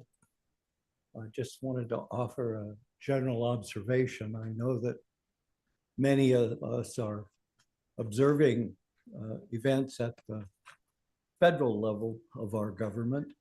And there's an old saying, it takes a craftsman a year to build a barn, but any ass can kick it down in a day. And I'm thankful for the ability of our local government to function in a nonpartisan fashion. And I think if there's one thing that we can depend on, it's that local government is going to continue to function effectively into the future. Thank you. Anybody else would like to speak? An open forum? This, yeah, come on up. I know I look big and scary, but I promise I come in. I've never done this before, so I'm really not sure about the ground rules. So if you just give me a second before the 3-minutes start, are they allowed to ask me any questions? No, we're not. They are not. So it's just a blanket statement. Right. Okay, I'm going to do my best for 3 minutes. Okay. So my name is Dave Bartolotti. I run one of the most successful Airbnbs on the West Slope. I've done that for the past 4 years. I've time and time again gotten a 5-star rating. I'm a super host, which means essentially only 7% of Airbnb hosts get that delineation. It's extremely hard to get. I've gotten it for the last 4 years. I have hosted everybody from Amazon, TikTok, Tesla, NVIDIA, all the major technology companies. They come stay with me in Kybers on my little 1-acre property on the river. They bring their families, they reset, they work 16-hour days, 7 days a week. They try to find ways to connect to nature and to get away from technology and unplug and come up with their families. For 4 years, I have built this niche. And I've done it time and time again. And in November, there was this sweeping 500-foot buffer zone that was put in place for the hosted listings. And there is a property that had a business license prior to me, 350 feet away from my property. And I would encourage all of you, please come up and walk the property from my property to the one on Red Wing, which is this encroachment. And in Kybers, there's no way that these two could possibly encroach each other. But because this sweeping ordinance is now in place, I am out of business. I have no way to pay my mortgage. I have no way to pay my fire insurance. For the first time in my life, on Monday, I went to a food bank. This is detrimental to my business. Clients are calling me why they cannot book with me. There is no bigger cheerleader on the West Slope for California than me. You ask the people at the gas station at the 76, you ask the little coffee shop that's next to us, the Kybers Lodge. My buddy Raj, 3 years ago, built that when it was completely defunct. It was falling down. I encouraged him to buy it. The people that stay with me, they spend $100 every weekend that they come stay with me. I am not making any money on this Airbnb. It's barely enough for me to pay my mortgage for the year.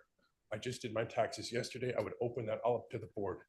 I implore you to please look at this 500-foot buffer zone for hosted listings on the West Slope. I've been in existence for 4 years.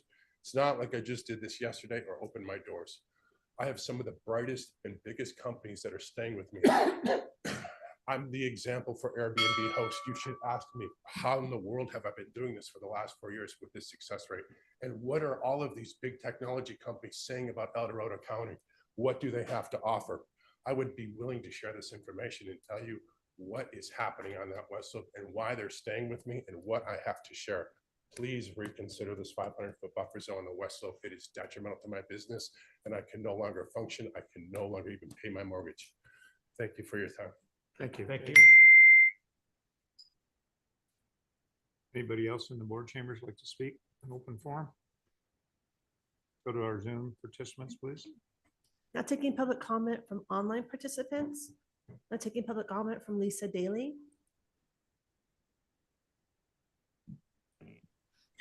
Hi, my name is Lisa O'Daly, and today I beg you to please give it your best effort to keep Barton Memorial Hospital in our community. I have struggled to understand why local government has been publicly silent as Barton Healthcare has applied to relocate our hospital to the other side of the casino core. Neither the city nor the county provided official comments during the project scoping period. Is silence appropriate when one of our largest private employers proposes to relocate to Nevada? When the nonprofit entity that provides our community's hospital services wants to hop across the state line to, in Barton Healthcare's words, a more favorable business climate for development of its new state-of-the-art hospital, wouldn't that same $300 million facility be a valuable addition to South Lake Tahoe? Barton Healthcare has testified that they will employ about 700 full-time equivalent Nevada employees. Last year, El Dorado County provided 14 hospital welfare property tax exemptions for millions of dollars worth of Barton Healthcare-owned properties. Barton owns over 20 acres in the healthcare district of the Tahoe Valley Community Plan or Area Plan. There simply must be a potential hospital project area within that acreage. This district was front-loaded with development incentives to support a thriving one-stop shop for healthcare for our rural community. I believe that a hospital and its long-term care and inpatient rehabilitation facility are central components to any such district. Our community will be poorer if these services are relocated across the state line. Perhaps if we had no hospital, this proposed Nevada facility would be a boon.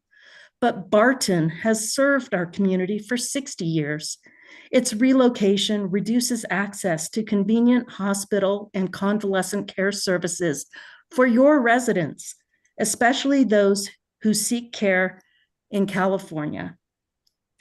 Barton Healthcare has stated that the proposed hospital site is geographically equidistant for residents in Myers, California, and Glenbrook, Nevada, the two bookends of their primary service area.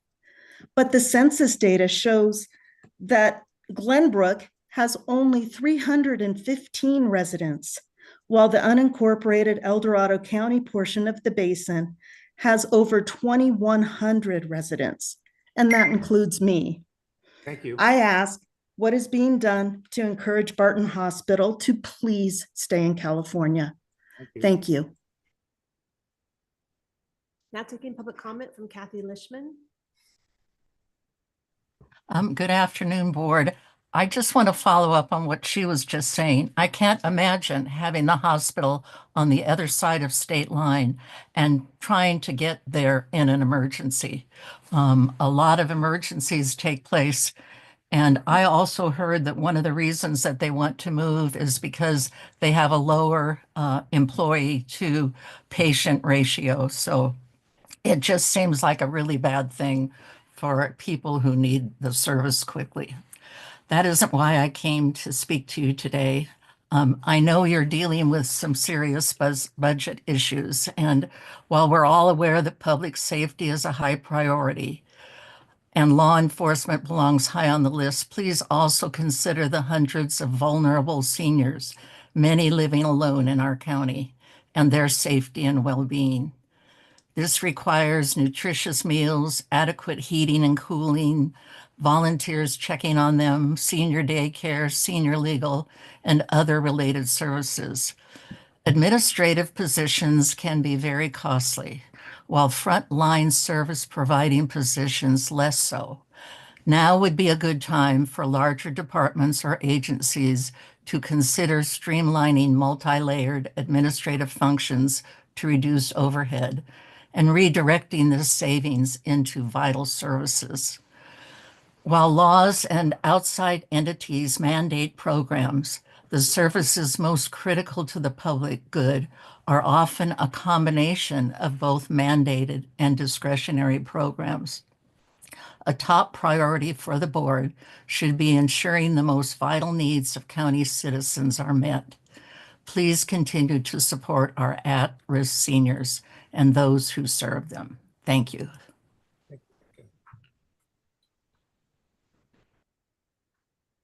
Now taking public comment from Chris.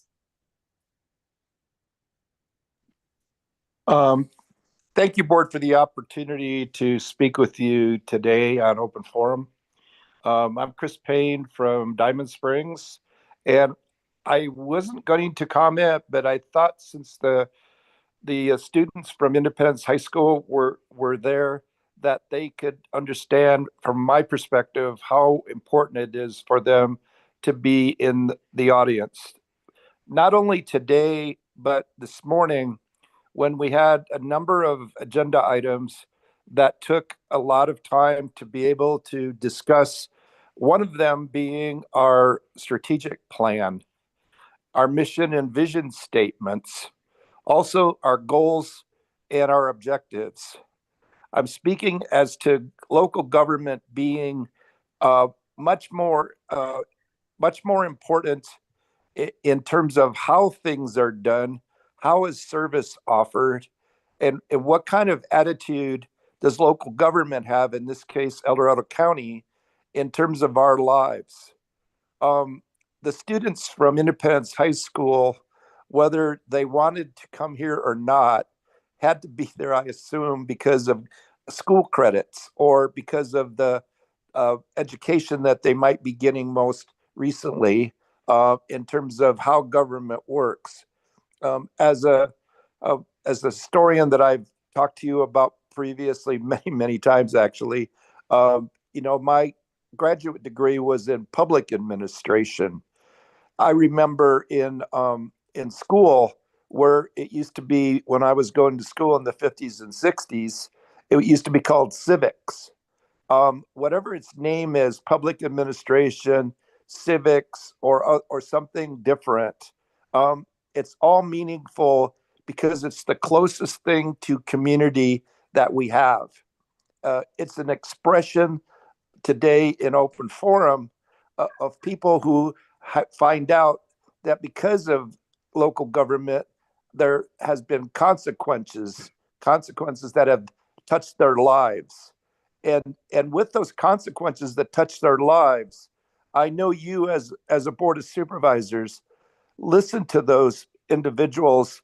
And if there's anything possible in order to be able to assist them, you do. I've seen it happen many, many times. Each supervisor being involved in a specific population district, you all have your constituents and you all have the interest of wanting to do what's right by local government. So kids, congratulations on being there today. I shouldn't say kids, I mean students. And thank you for participating in this matter. Thank you. Chris?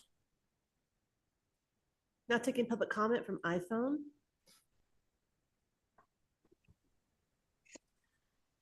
Good afternoon, Kelly Nalavaya, El Dorado Hills, District 1.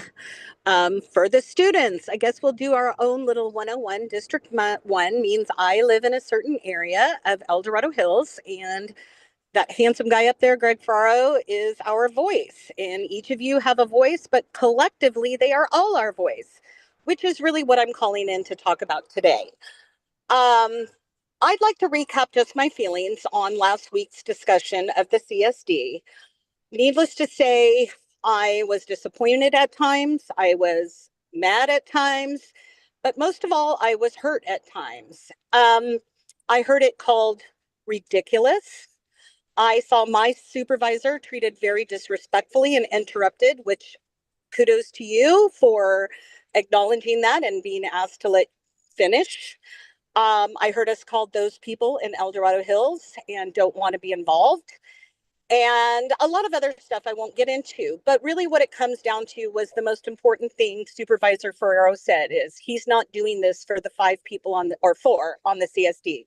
He's doing it for the citizens who need you. We needed you.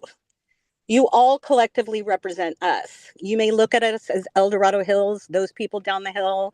I know we have all sorts of reputations associated with us.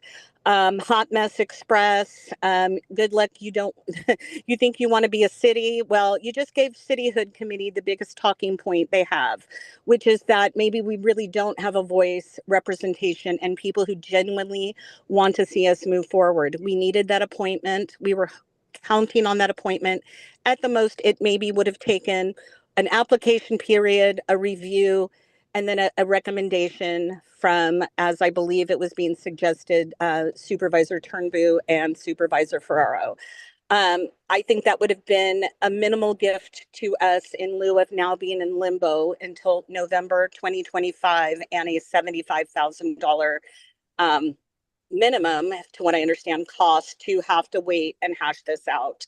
So just my thoughts. It is what it is. We'll be moving forward.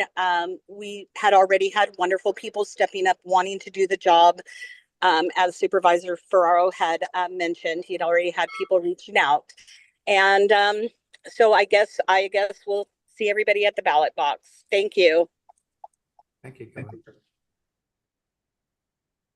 Now taking public comment from Tara. Yes, good afternoon, board and students. Thank you for being present. I appreciate all the public comment too as well. Can you hear me? Yes, we can. Okay, thank you. I'm here to talk about a project. It's a project in El Dorado Hills. As a civil engineer, I've done, this was a percentage of my job for a living to review projects. One of the first things that was part of the job was to review the easement first. And many times, often, the easement dictated if that project could go forward. Because if the easement was not in a location that was appropriate or had significant issues, site distance, curve, speed zones, all that kind of thing. So I just wanted to preface that by saying not that I know everything, I just want to humbly share my thoughts. This is with regards to Serrano Village M. Serrano Village M, on March 13th, the Planning Commission recommended denial of the townhouses, but did not speak to the new easement that Serrano Village M is requesting to be put in there. The problem being that the new easement isn't reflected on any of the project documents as having any discussion. We are asking, and I think you've heard from other constituents, are asking that our El Dorado County DOT take a really deep dive look at this. We know that the site distance is compromised. We know that it's on a vertical and horizontal curve. Traffic would have to stop to make a left turn in. When that traffic backs up, it will be on a significantly reduced sight distance that it appears will not meet sight distances. We would like DOT to provide those sight distances as is required by any project reviewed for homes, four or more houses. Thank you very much. That is, again, Serrano Village M. The concern is that easement for any level of project. Thank you. Now taking public comment from 525.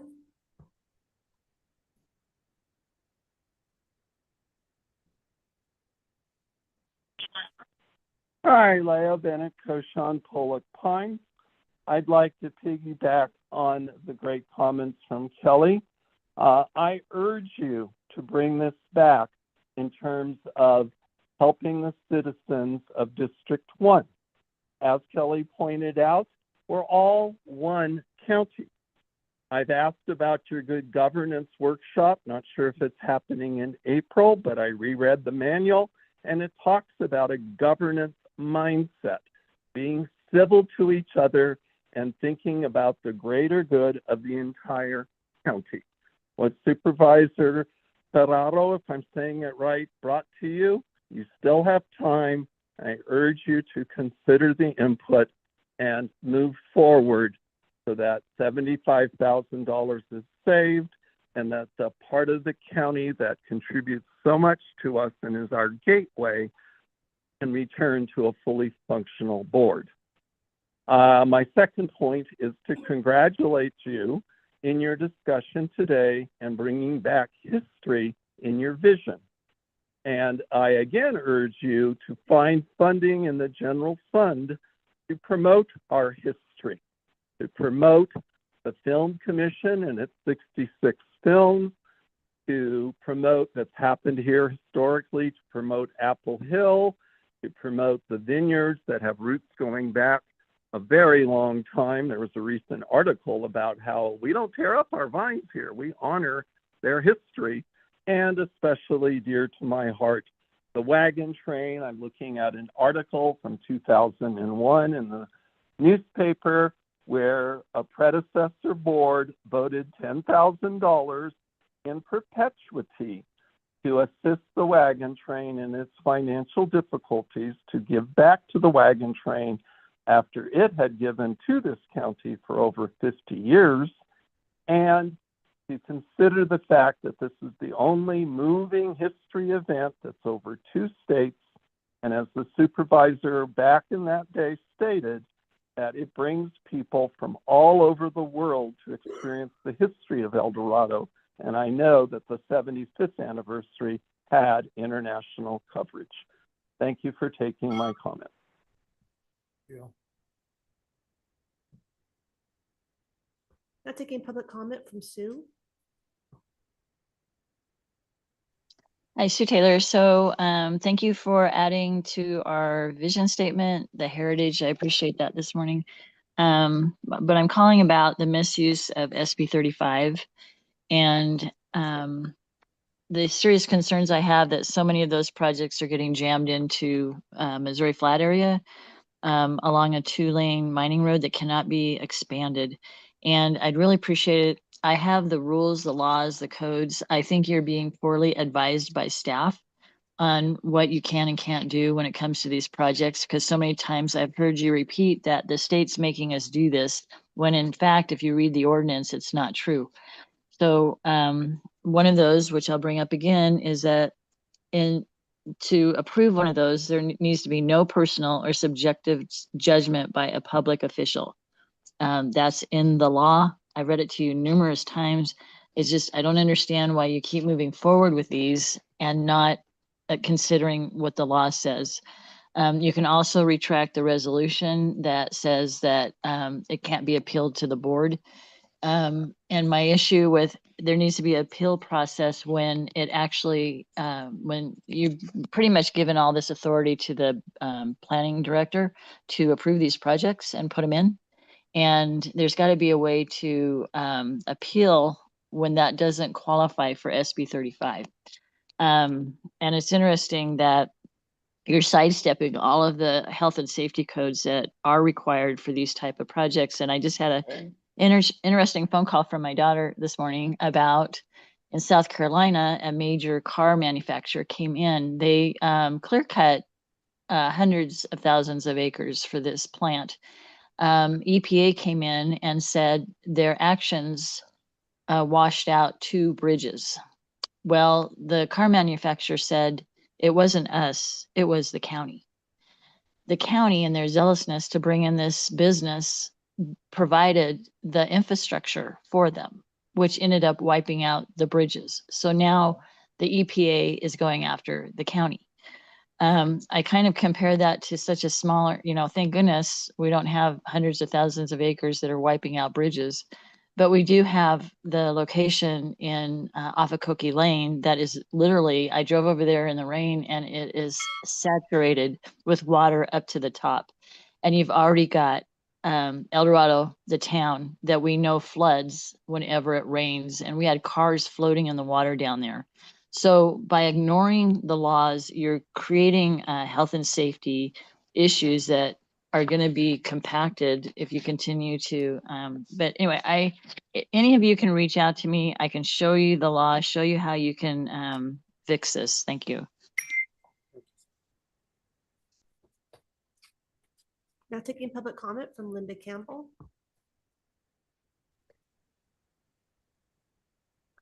Hey everyone, Linda Campbell, El Dorado Hills. Similar to Kelly, I was just kind of reflecting during the week from the discussion that happened with the CSD last week. And then Sue's comments, I totally agree with that too. Those topics come up regularly. I will say I was looking through the website this week and I uncovered an org chart that's actually on the Board of Supervisors page. In that org chart, the very top starts with citizens of El Dorado County. And then next is the Board of Supervisors. So you as supervisors are elected by us to represent us. And then you're supposed to supervise staff. So over the week, there's been a lot of different discussions that I've seen going on. And the general theme is why people don't get involved or don't go and speak is because they don't feel heard.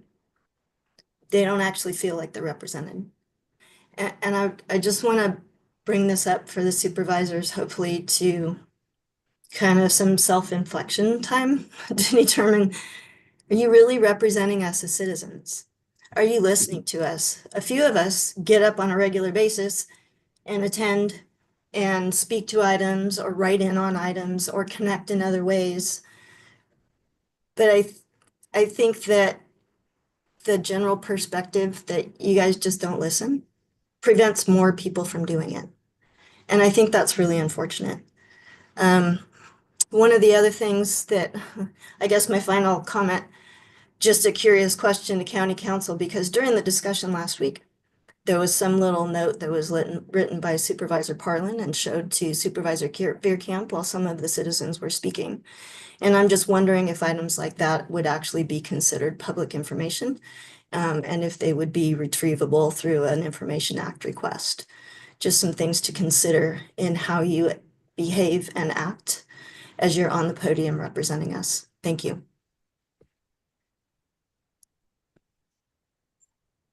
Thank you, Linda. There's no additional public comment. All right. So I just want to say thank you Just for. to Chair, go ahead. just really quick to save time, it was the word recall. That was all that was on the piece of paper, which is exactly what I said publicly. That was it. Okay, thank you for that. All right. Well, anyway, thank you everyone for speaking on today in open forum. So now we'll go to item 27. Item number 27 comes from the Department of Transportation, recommending the board, one, receive a presentation and update regarding the latest project design for the Phase 1A North Shingle Road Realignment Capital Improvement Program and future widening of the overcrossing for US 50 Ponderosa Road, South Shingle Road interchange improvements. Two, adopt the addendum to the initial study mitigation negative declaration certified by the board. And three, approve the project as revised in the addendum to the initial study mitigation negative declaration.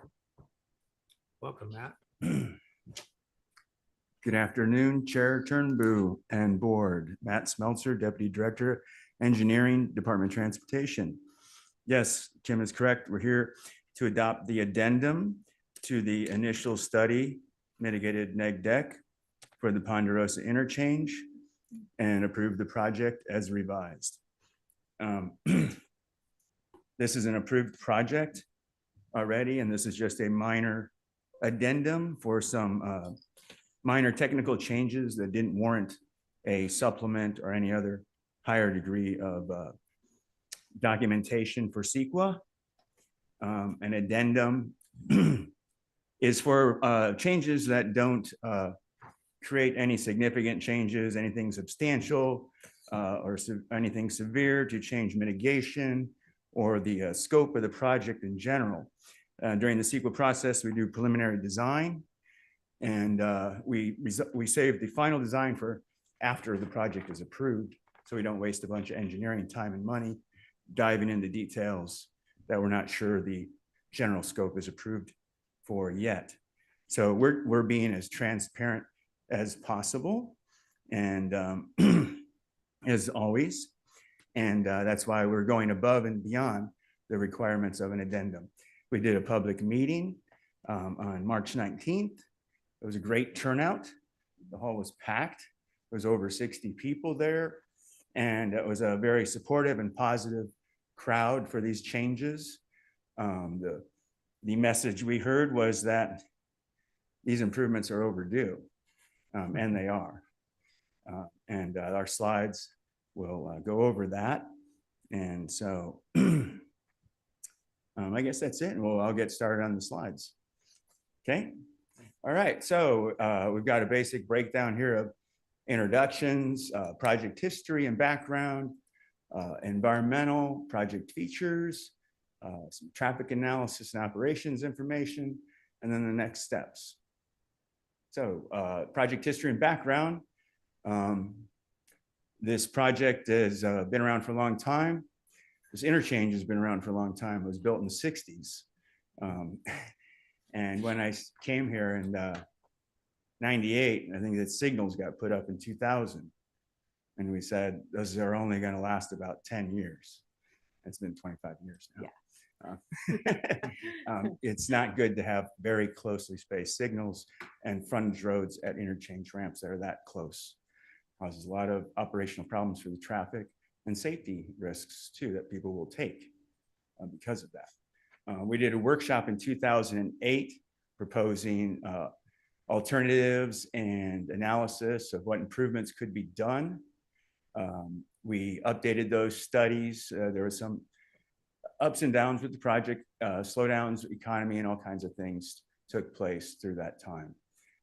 And it was approved, the CEQA was approved in 2020. We then proceeded to get a project study report signed off by Caltrans in 2022. And with the commitment that when we get this addendum done, Caltrans want us to update the studies too, since it's been 5 years since the CEQA was approved. And so we did update all the traffic studies for Caltrans and for our benefit also.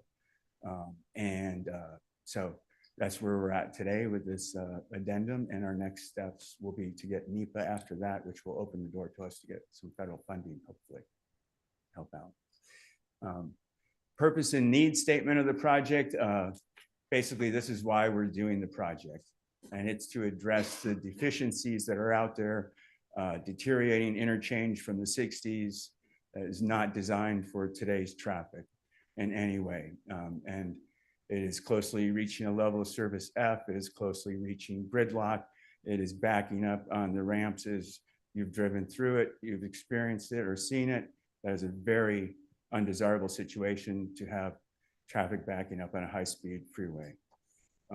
And also trying to get through the signals usually takes a couple cycles, which is not good either. So our purpose is to make the improvements to the safety and circulation. Next slide.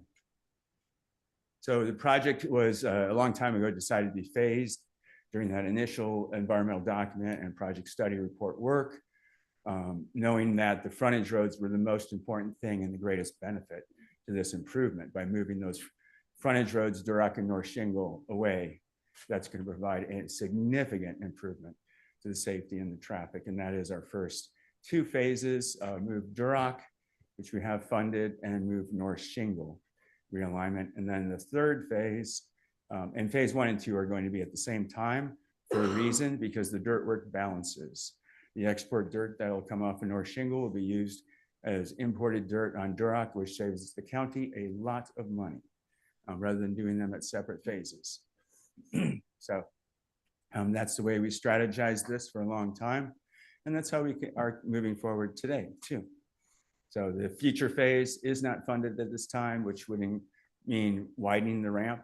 I mean, widening the bridge, and just a few minor details left on the ramps also. That's a future project. Our traffic forecasts show that's out 20 years. It could happen sooner than that. It would be great if it could. But this improvement will buy us a lot of time. So next slide. And by the way, this is a much abbreviated slideshow compared to what we did for the public meeting. Just tried to summarize everything. So this exhibit here shows the interim improvements.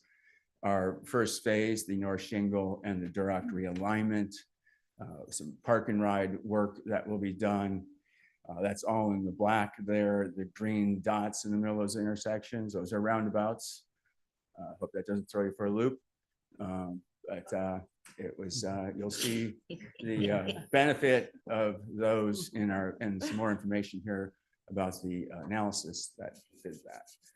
And then the blue is the future phase of replacing the bridge or widening the bridge. It probably will need replaced because of age. And also some finishing touches on the last two ramps. So this does improve for the ramps, and then only 2 of them are left in the future. So it's a great improvement, and the team's been doing a great job on it. Next slide. Environmental and technical studies. We have Dock and Engineering, and Amy Bacher is here with me today. She's the environmental specialist on the project. John Clemens is the project manager with Dockin, and John Balzer is our senior engineer project manager at DOT on this project. And they've done a great job of updating all those technical studies listed there, and Caltrans has reviewed them.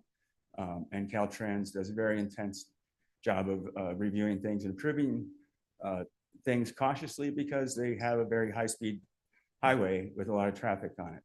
These ramps alone see, I think, 30 to 40,000 cars a day, and the other outside intersections are over 20,000 cars a day through these intersections. So it's a lot of traffic moving through here, and that's why we try to do really good engineering work. We have an excellent team on it. They've done a great job, and a lot of quality control involved in that.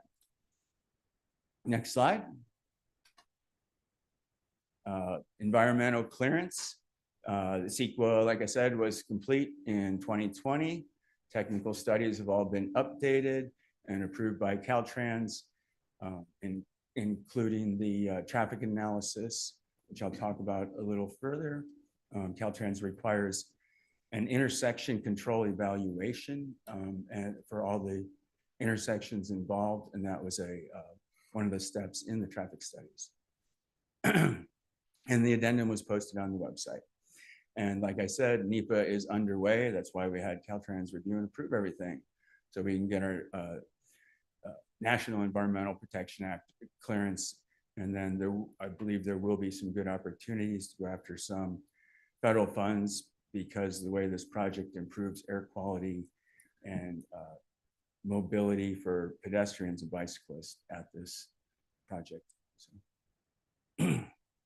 next slide. This is a interim improvements to the bridge. Since we don't have the funding and it's not warranted to replace the bridge yet, it is an old structure, and we are going to modify the shoulders slightly to provide a little more space for the bicyclists, and raise the 1960s handrail that's out there now that isn't really adequate. And that's going to be raised up to a standard pedestrian protection, like a fence height across the bridge on both sides, because we know that bicyclists and pedestrians do take both sides, even though there's only a sidewalk on one side right now. But we're doing our best to get those future improvements in there too. But this is an interim improvement to buy us some time. We did neck down some of the traffic lanes a little bit to squeeze some more shoulder width in there for the bicycle and pedestrian safety. Next slide. And park and rides are one of the things that was clarified, the number of spaces. There's a park and ride that will be removed. On the left, there is the Ponderosa Road North, used to be North Shingle. It's now going to be a ramp intersection there where North Shingle and the park and ride was. The westbound off ramp will now line up with Wild Chaparral. And as shown in the earlier exhibit, North Shingle moves further to the north down towards the high school. The park and ride is eliminated there between the ramp and Ponderosa Road, or North Shingle. That was there as a very small one. We clarified that the space counting on it, that was part of the addendum, and that's being moved over to the Duroc park and ride. And we had enough space to make more than adequate to mitigate the space lost over at the other North Shingle park and ride. And that leaves opportunities to modify that parking space in the future, since there's more spaces than was required in case a second driveway or anything else could be added to it, or bigger spaces for trailers or something. So anyways, that's the park and ride features. Next slide. And then there's the roundabouts. Sometimes people's minds can start spinning when they think about this, driving through a roundabout, but really the public was very accepting to it. And it's become a common traffic mitigation improvement throughout the nation.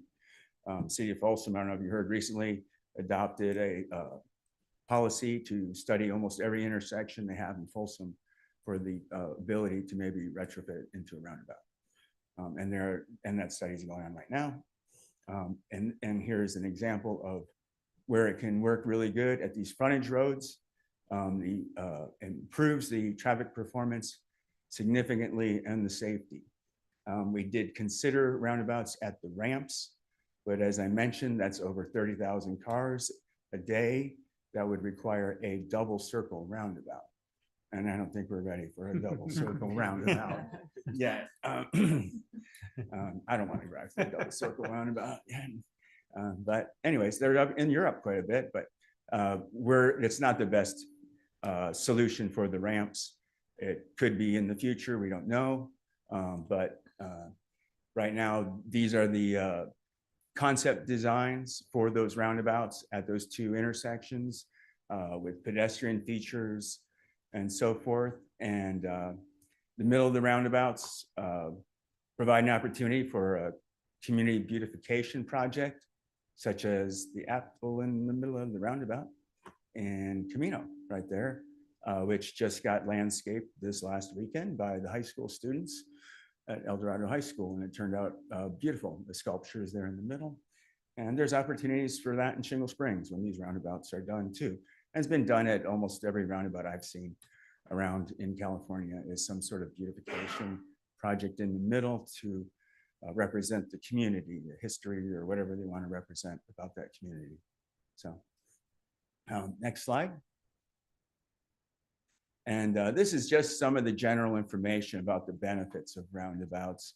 You've probably seen it before, this statistical data and based on real information. And now that roundabouts have been around a lot longer here in our area, it's very solid information that it does reduce collisions because people go through them at a slower speed. They don't see a green light ahead and punch it through really fast. They go slow. And so that reduces collisions. There's less conflict points because there's no left turns. One of the hardest movements to make in our busy traffic is a left turn in or out of a place. There are no left turns with roundabouts. Injury collisions are reduced significantly, 75% because of the lower speed. And fatalities are also reduced. And pedestrian collisions are reduced also because of the lower speeds. And pedestrian injuries and fatalities are significantly reduced because of that same reason I mentioned, the lower speeds. And there's islands they put in the dividers of the roundabouts so they can stop before they cross the next part of the roundabout intersection and things like that. So we're working all that into this project. The pedestrian features will tie in with the sidewalks that we have planned for this summer to go to construction to get the sidewalk complete from our Health and Human Services building there on Ponderosa down to the high school. That project is going to construction this summer. And so this will tie into that and make this a very walkable and bikeable community with sidewalks taking off from there all the way through down to the other side, the Sunset and Duroc intersection, and then down Duroc to back 40. And so another landmark in Shingle Springs. And so all that will be walkable from the high school to back 40 and all those little plazas on Duroc there across from back 40. Next slide. And then this is our traffic analysis information summarized. And this really demonstrates why the intersection control evaluation ended up and Caltrans agreed that roundabouts were the best solution at the frontage road locations with this configuration of signals at the ramps and roundabouts. Today, like I said, it's getting bad. It's on the borderline of really, really bad. And so that's a baseline for our traffic study. And we anticipate getting this project done in 2029. If it doesn't get done, because we're on the cusp of gridlock, the delays will increase by 160% based on the traffic studies and that small amount of growth that we have in our forecast right now. It's not that much compared to what it used to be, but it doesn't take much when you're right at the cusp of failing something. And so the delays will increase based on our analysis of 160% without this project in another 5 years.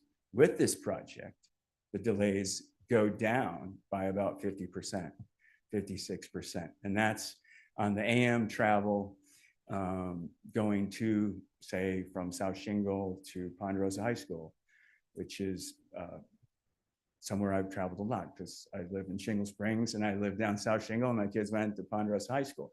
It's a beautiful community. My kids live there now in Shingle Springs. One's building a house, one has 3 children and they want to live in Shingle Springs. I'm sure a lot of families and their children want to stay close too.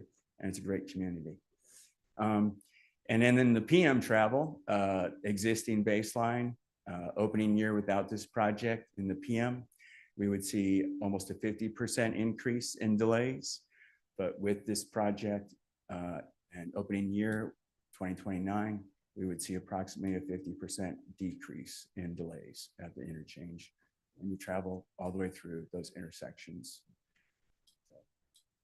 That would be southbound PM's worse coming back from the high school in the PM. So next slide.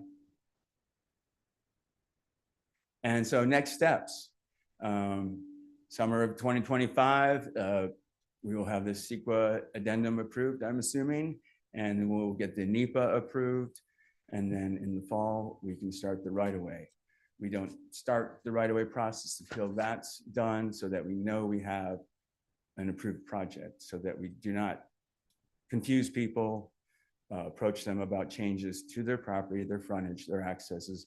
There are a lot of accesses that are affected by this, I will admit, because this road is widening and we're realigning intersections. This is a conceptual design at this time. It's preliminary.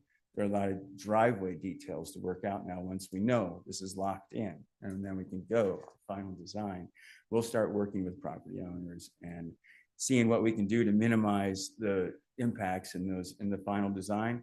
There's 3 driveways I know that are impacted more than some of the other ones in this, and it's been anticipated for a long time. The intersections are in the same location as they were in the original CEQA back in 2020.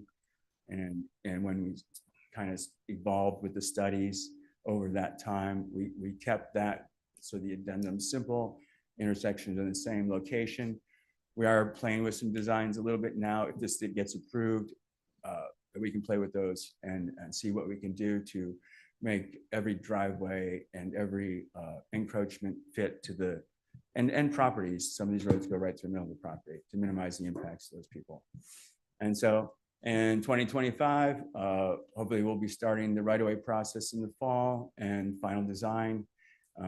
We usually go, we're almost close to it, 30%. We're not really quite there, we call it, and then it'll go to a 60% design, then 90% design, then 100%, and then we go out to get approval to advertise. And we'll be looking for your buy-in and Caltrans buy-in on those steps along the way. And then in the fall of 2027, final design plans complete, and hopefully we'll be going out to advertisement. That's a really fast schedule, but I'm hoping we can make it happen. I think that's the last slide, but. Can you leave this presentation up, Kim, really quick? Okay. Yeah, so I'm gonna bring it back to the board for any comments or questions you want to ask Matt or. Well, I have a lot of. I know you do. Thoughts on them. So I wanted to say Your district. thank you so much for having that public meeting on March 19th, I think it was. I know you said it wasn't required in the process, but I really think that it helped bring the community out so that they could, see some preliminary drawings, see the, they had, what is it called? The traffic simulation Some model. traffic simulators so we could see how the roundabout with the traffic signal would work. Cause I was going, guys, you got to show people this. And you did, you brought a laptop and people were back there. Because honestly, a project in El Dorado County with 2 roundabouts as bookends, I was going, oh no. And I was really pleasantly surprised once, folks were there to ask their questions and see the modeling. It looks like it's going to work really well for quite some time into the future. And I've always told Raphael, I don't mind roundabouts as long as they're well designed. Because when you said Folsom's doing retrofits, those are the ones that are usually aren't so awesome, just saying. They're like teeny tiny, they're squishing in, but these can be well designed and thoughtful to work with this traffic, because remember, this is right down the road from a high school. So we're going to have high schoolers here and it needs to be easy to navigate. So really appreciate the meeting. I did want to point out to everyone, in case it's not obvious, the overpass itself is the phase 3 that we currently don't have money for. And right now, the sidewalk, unfortunately, on the existing overpass is on the west side. So people to do the walkability part are still going to have to cross and cross and cross. When we get the 3rd phase in and redo the overcrossing, then we'll move the sidewalk over where it should be. So everything lines up on the one side. It's really unfortunate we can't do it right now because the high schoolers do walk there from the high school over to Gold Harvest Market on the other side of the freeway. So I'm really looking forward to if we can find that pot of money. I did see a rainbow the other day, but there was no pot of money there. So that, and then there were several businesses that could potentially be impacted by the project. And that's where I was hoping, Kim, if you could go back to slide 11 of 14, I just wanted to show one that really could be, so when you look up there in the corner where the Ponderosa on the left of it, and you see that big parking lot, I think that's the Happy Kids right there, right? Yes. So Happy Kids was there at the meeting. Some neighbors that are just down the street that they're with the widening of Ponderosa, their driveway in front of the housing could be impacted. Some folks on the other side of the freeway showed up. They're concerned about flooding with the widening of the road, which we would take care of drainage in a project, but they want to feel assured of that, of course. And I think the mother lode businesses have been engaged for quite some time, and their concerns with the left turn pocket have been addressed in the environmental document. So when I saw this item on the board agenda, I emailed Raphael because the way it reads concerned me. There's item 1, presentation, item 2, adopt addendum, and then item 3, it says approve the project as revised. And I'm like, wait a minute, we can't approve a project, you know, when we have these concerns out here. And so it was explained to me, and I know this, but it's just the way this reads. I thought I want some clarification on it, because it says approve the project, meaning with a preliminary design, but those words aren't here. And you guys said in your presentation, you're now going to go out as soon as we say okay, and you're going to work on the nitty-gritty details and work with the property owners and stakeholders to make sure that, you know, they're, especially this, you know, Happy Kids, it's daycare in our county is so critical, and we don't have enough of it. And so we don't want to negatively impact these folks, of course. And so, you know, you've guaranteed me and them that you're going to work with them, but I would like it. And I sent some draft language to Kim, if you guys are okay with it, just add a number 4 on here for direction to work with stakeholders, and Kim can bring it up. I sent it to her, just to make sure that, you know, the public, if they're looking back on the meeting minutes, don't think that this got approved without more work on it. I just think the more clear we can be, the better. This is a huge project. This is actually much needed, but a little concerning. So that's kind of where I'm at with all of this, and hope you guys are okay with adding a little extra clarification there. No problem. Any other questions from the board members?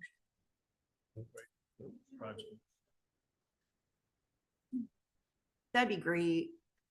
It's hard when we don't see it in front of us.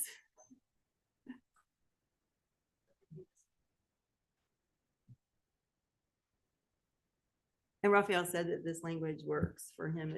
It's clear enough and but not too much. And so if you guys are okay, I just would like that in the minutes. Okay. Brooke's got a question she wants to.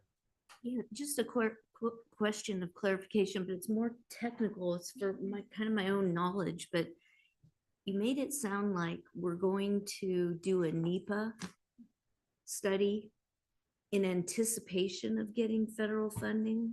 And usually I see it in the reverse. We have a little bit of federally, very small amount. Very small amount. How much are you was a looking seed. for phase 3? It was this, that, I shouldn't give up all my strategies, but there's a little bit of federal seed. There's a little bit of federal seed money on this project to help the next phase move along. That conditions Caltrans to give us the NEPA clearance that they wouldn't otherwise give us if we didn't show a real potential for using federal funds. So once we get the NEPA document, because of the pollution reduction and the improvements to safety, I could see possibilities of safety grants or CMAQ, congestion mitigation air quality funding as a possibility. Those are competitive grants. And now that the things have changed with our Transportation Commission, we'll be competing at SACOG's arena for that funding in the future. But I do see a good opportunity there. It's competitive, but when we can get grants from state and federal funds, that helps reduce the burden on our local funds, our fees and other funds that we have to use. Right. No, I totally agree. And yeah. So all the studies are done. Caltrans has reviewed them. Mhm. So now it's basically a formality. Once the CEQA addendum gets done, then we just, Caltrans already blessed everything. They just want to see this addendum, and then they'll give us a NEPA approval. And is it, I guess the part I'm confused about is I usually see that we do a NEPA after we get federal grant funding, not necessarily before, but you're saying it's just so easy to connect them and get them done at once. Is there an advantage? Do we look better competitively for federal funding if we can say we already have completed the NEPA? Oh, yes, yes, yes. Yeah, Okay. and we definitely can't go into right of way or construction without the NEPA and anticipate using federal funds later. I mean, we'd have to have the NEPA first. Okay, got it. Thank you. So this is a good opportunity to set us up for it. Any Got other it. questions? Thanks. I just want to say thanks, Matt, for bringing this because it's well overdue. Trust me, well overdue. We have a lot of intersections like that need to be addressed too, the same way as this is. So anyway, thank you. All right. Open it up to public comment. We are now taking public comments specifically regarding item 27. Individuals will have 3 minutes to address the board. The timer will notify you when you have 30 seconds remaining, and again when your time is up. Public comment will be taken first from those participating in the boardroom and then from those participating through Zoom. For those participating by Zoom, please make sure you unmute yourself when called upon. If you're joining the meeting by phone, press *9 to indicate a desire to comment. If you're joining by Zoom, press the raise hand button. Please voluntarily state your name for the record. Mr. Chairman, board members, my name's Scott Chad. Came to work here for the county in 1986. And by virtue of that, I tend to often be the voice of Christmas past. We started talking about this interchange as soon as I arrived. And we had a lot of heated discussions with Caltrans about their construction of these tight diamond interchanges along the 50 corridor. And the fact that they knew that these interchanges were not going to function effectively given the land use adjacent to the freeway. I think that Matt and your staff does a remarkable job of bringing in additional funding to perform these capital improvements that are so essential for the continued health of the county, economic, socially, and environmentally.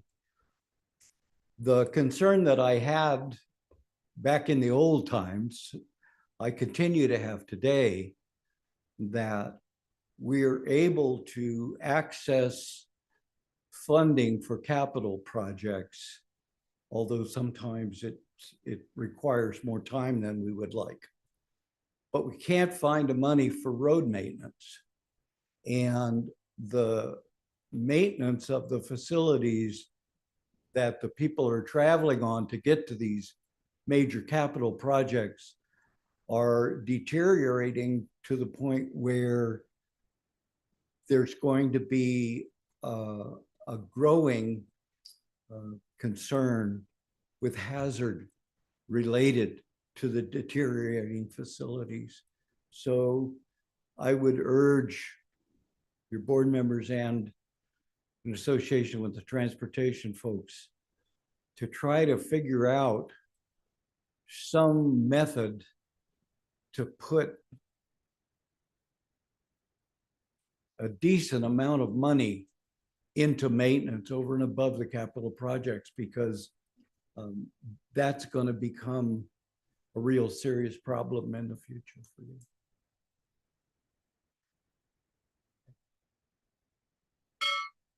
Anybody else would like to speak on this item? Come on up. Tim Costello. I live very close to this interchange off of Ponderosa Road. And I attended the meeting a few weeks ago, a couple of weeks ago. That was very helpful. The roundabouts were a surprise, but I'm holding off my opinion on those. I think they will be effective in slowing down, calming down the traffic. But you know, it's a shock when you have a rural area and you're putting a feature like that there. But, it's good that you got it out now. Give people a chance to digest it. One concern that I raised in a written comment I submitted to the website was the fact that we are routing all the traffic from North Shingle Road up further north on Ponderosa, and Happy Kids Daycare is right there. I think the roundabout appears to be immediately adjacent to the daycare, and so we have added vehicular emissions. And those kids, my kids went there, and I know Cindy Roberts is the owner very well, and there's a playground just outside the building. So, you know, you have the kids out there in the playground outside. Now it's probably, you know, pretty bad because we have a lot of traffic on Pondo, but it's going to be, those air emissions are going to be increased now by a lot. I mean, at least double. Maybe you run the numbers, but all the North Shingle traffic is just routed right to near the daycare. So I think it would be helpful if you can just, maybe you've already done it, but for sure model those emissions. Just confirm that that won't result in an unacceptable health risk to those kids who are very sensitive receptive. So, and plus, if you do that and the results are favorable, then that goes a long way to reducing the concerns of the parents. Regarding the fence that eventually will be put up on the overpass, it would be great if the local community can be involved in the design of that review,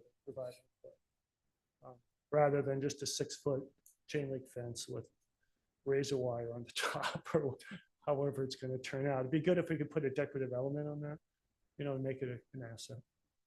And then lastly, Supervisor Parlin, you added involve the stakeholders in the final design phase, like Happy Kids and stuff, which is great. That's good. Do they need to be involved sooner than that? Because sometimes when you're at the final design, if you're at like a 60% design, I mean, that's almost, I mean, that's close to being at 60%, not 90. Okay, cool. Yeah. So that, because 90 would be too far down the road. I don't think you'd be able to make any changes. And I sure appreciate the planned improvements. I live right next to this, you know, this interchange, and I'm in it every day, as you are. So thank you.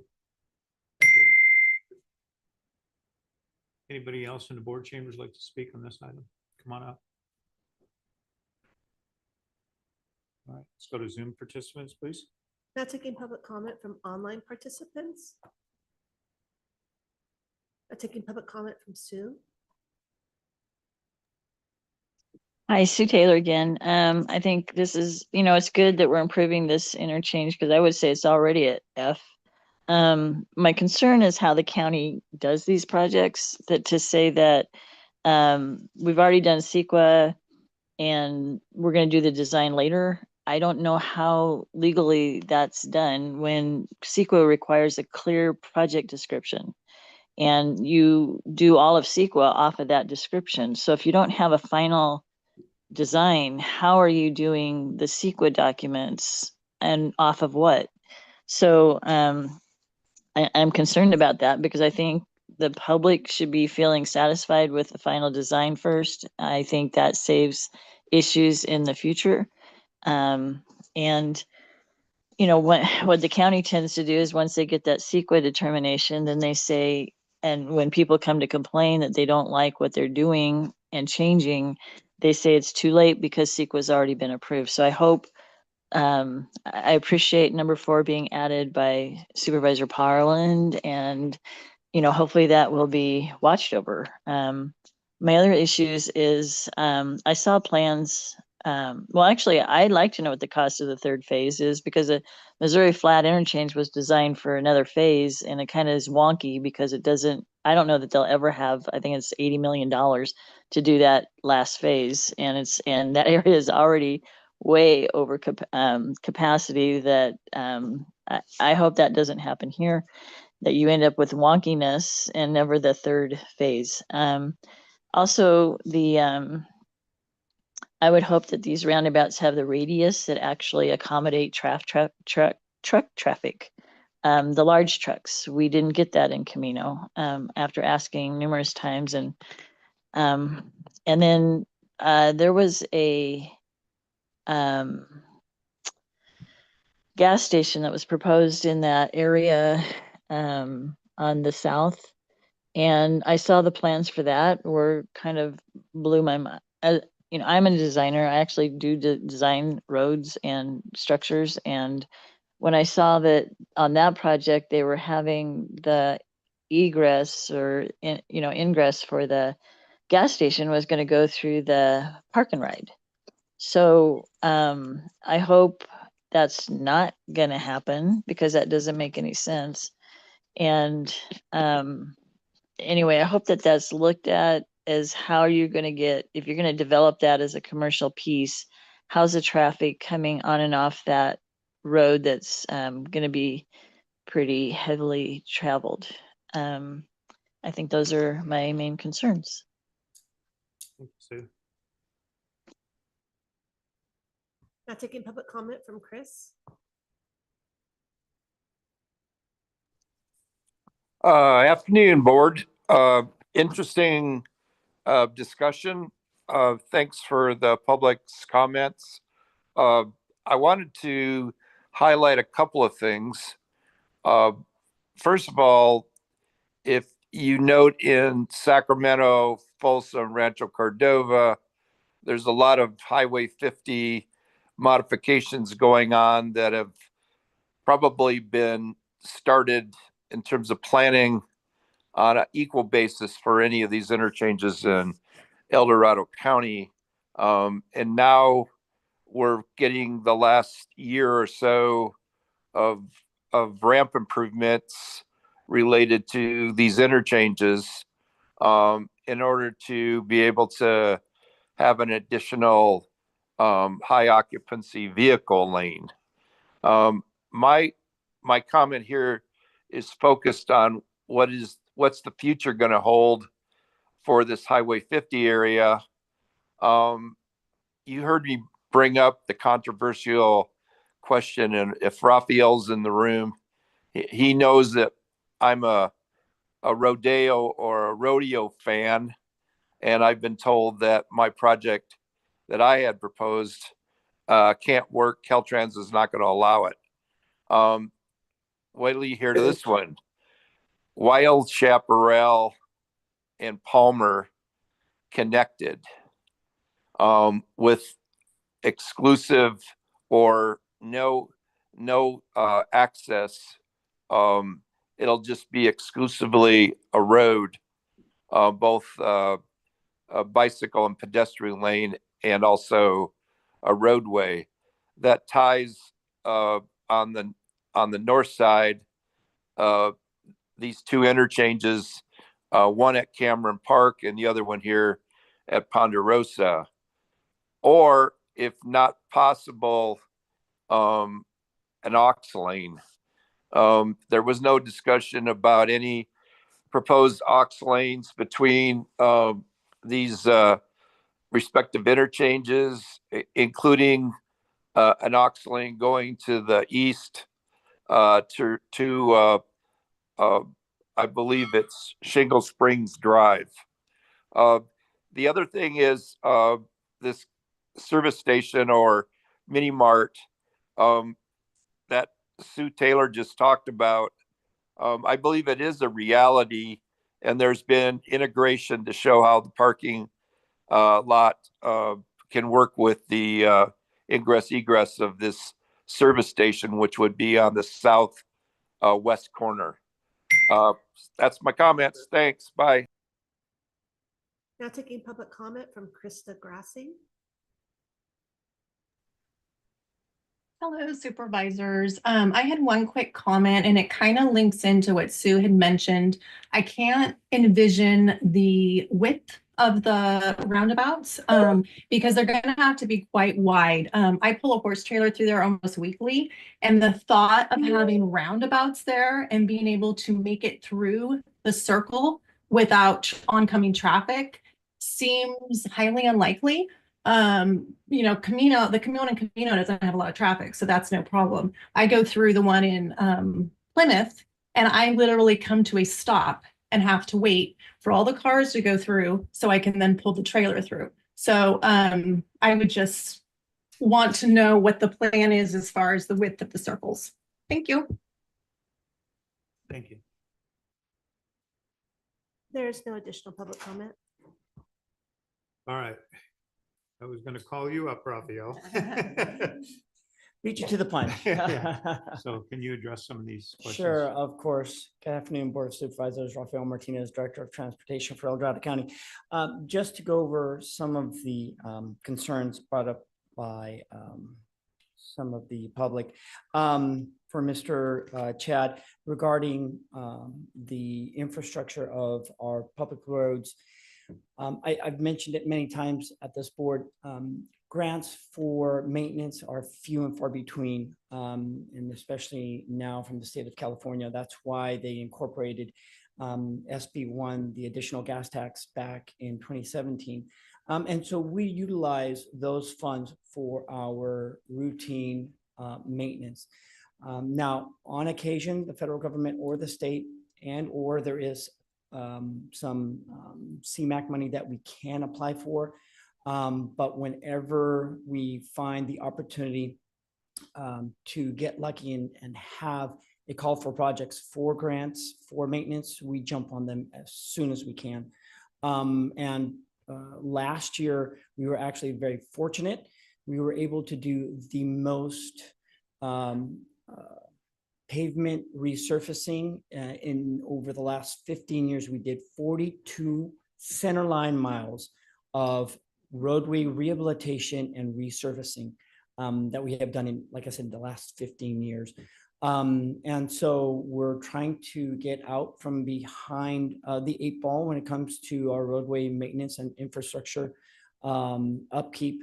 But last year was a great example of utilizing both in-house services and contract maintenance for that.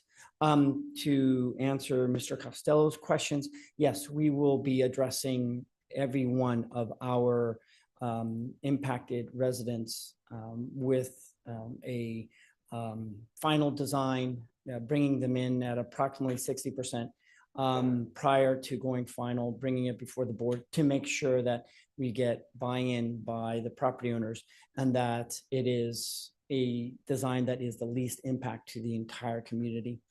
To answer Sue's question, we typically do a preliminary design for CEQA approval and then get final. Otherwise, we would get too far into the weeds and or too much of the detail. That is then worked out between the local agency and the property owners.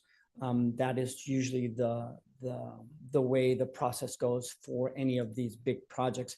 And once again, the Board of Supervisors has final say as to what the impact is on the community. And we would be bringing that before the board before we come with a final design. To answer Chris Payne's question, we did look at all various options for the circulation for the interchange and what various network connections and or circulation would be. This is the one that came out to be the most efficient, effective, least impacts on the community. We could build the Taj Mahal of interchanges at any given location, but we have to work within our budget. Fortunately enough, Matt Smeltzer has been very successful at acquiring and securing a lot of the grants in El Dorado County, over $200 million in grants. And this is just one of them. And I'm looking forward to possibly applying for maybe CMAQ grants or other SACOG grants, as Matt alluded to earlier, for possibly the roundabouts for this project. And so with what we have right now, the best design, the least impact, the most efficient and effective is what we have brought forward, and Caltrans agrees. And by the success of the town hall meeting that we had the other day, the community agrees as well. And then lastly, to address Mr. Grazy's question is, yes, this roundabout is going to be almost identical or similar to the one that we have, or the one that is up in Caltrans, which is the US 50 and 89. Clearly going to be able to accommodate tractor trailers, fire trucks. It will be a properly designed roundabout. As Supervisor Parlin mentioned earlier, nobody wants any of those mini ones. We want the nice big ones that can accommodate any of potential traffic, although this won't be a truck route on Ponderosa, obviously. But in the occasion that we do have a truck go through there, this will accommodate it, not a problem. So I think that answers the majority of the questions that was brought to us today, unless the board has any other specifics or detailed questions. I'm here along with our consultant and Matt, if you'd like for us to answer. All right, those. so I'll bring it back Okay, to I the have board for several. any questions. Okay. Go ahead. You want to ask? Look at that. You just scared every I- single I- person. Yeah. First- Oh, no, he's talking again. We're out. Yeah, I know how to clean a room.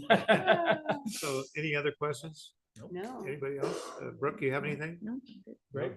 Everything's good. All right. So, all right. All right, well, with that, then I would like to move this item with the additional item for language, and thank you. All right. Second. All those in favor by saying aye? Aye. Thank you Motion very much. passes Thanks, 5-0. Matt. Get her done. Looking forward to it. Thank you. All right. Thanks, Matt. Thanks, Raphael.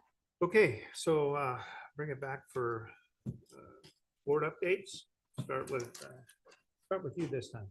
I don't have anything this week. All right. Brooke, anything? Not at this time. Thank you. Brian? Yeah, just a few things. On the 26th, we held our LAFCO meeting where we approved the annexation of some cleanup area in the city of South Lake Tahoe. Yeah. We had a budget ad hoc committee meeting with Chair Turnbull and staff on the 27th. Had a meeting yesterday on homeless navigation with Supervisor Parlin and staff. This Wednesday at 4:30 is a fair board meeting. And then Thursday is the transit, El Dorado County Transportation Commission, which many of us will be involved with. And then on the 4th is the wildfire preparedness roundtable and press conference. Yeah, okay.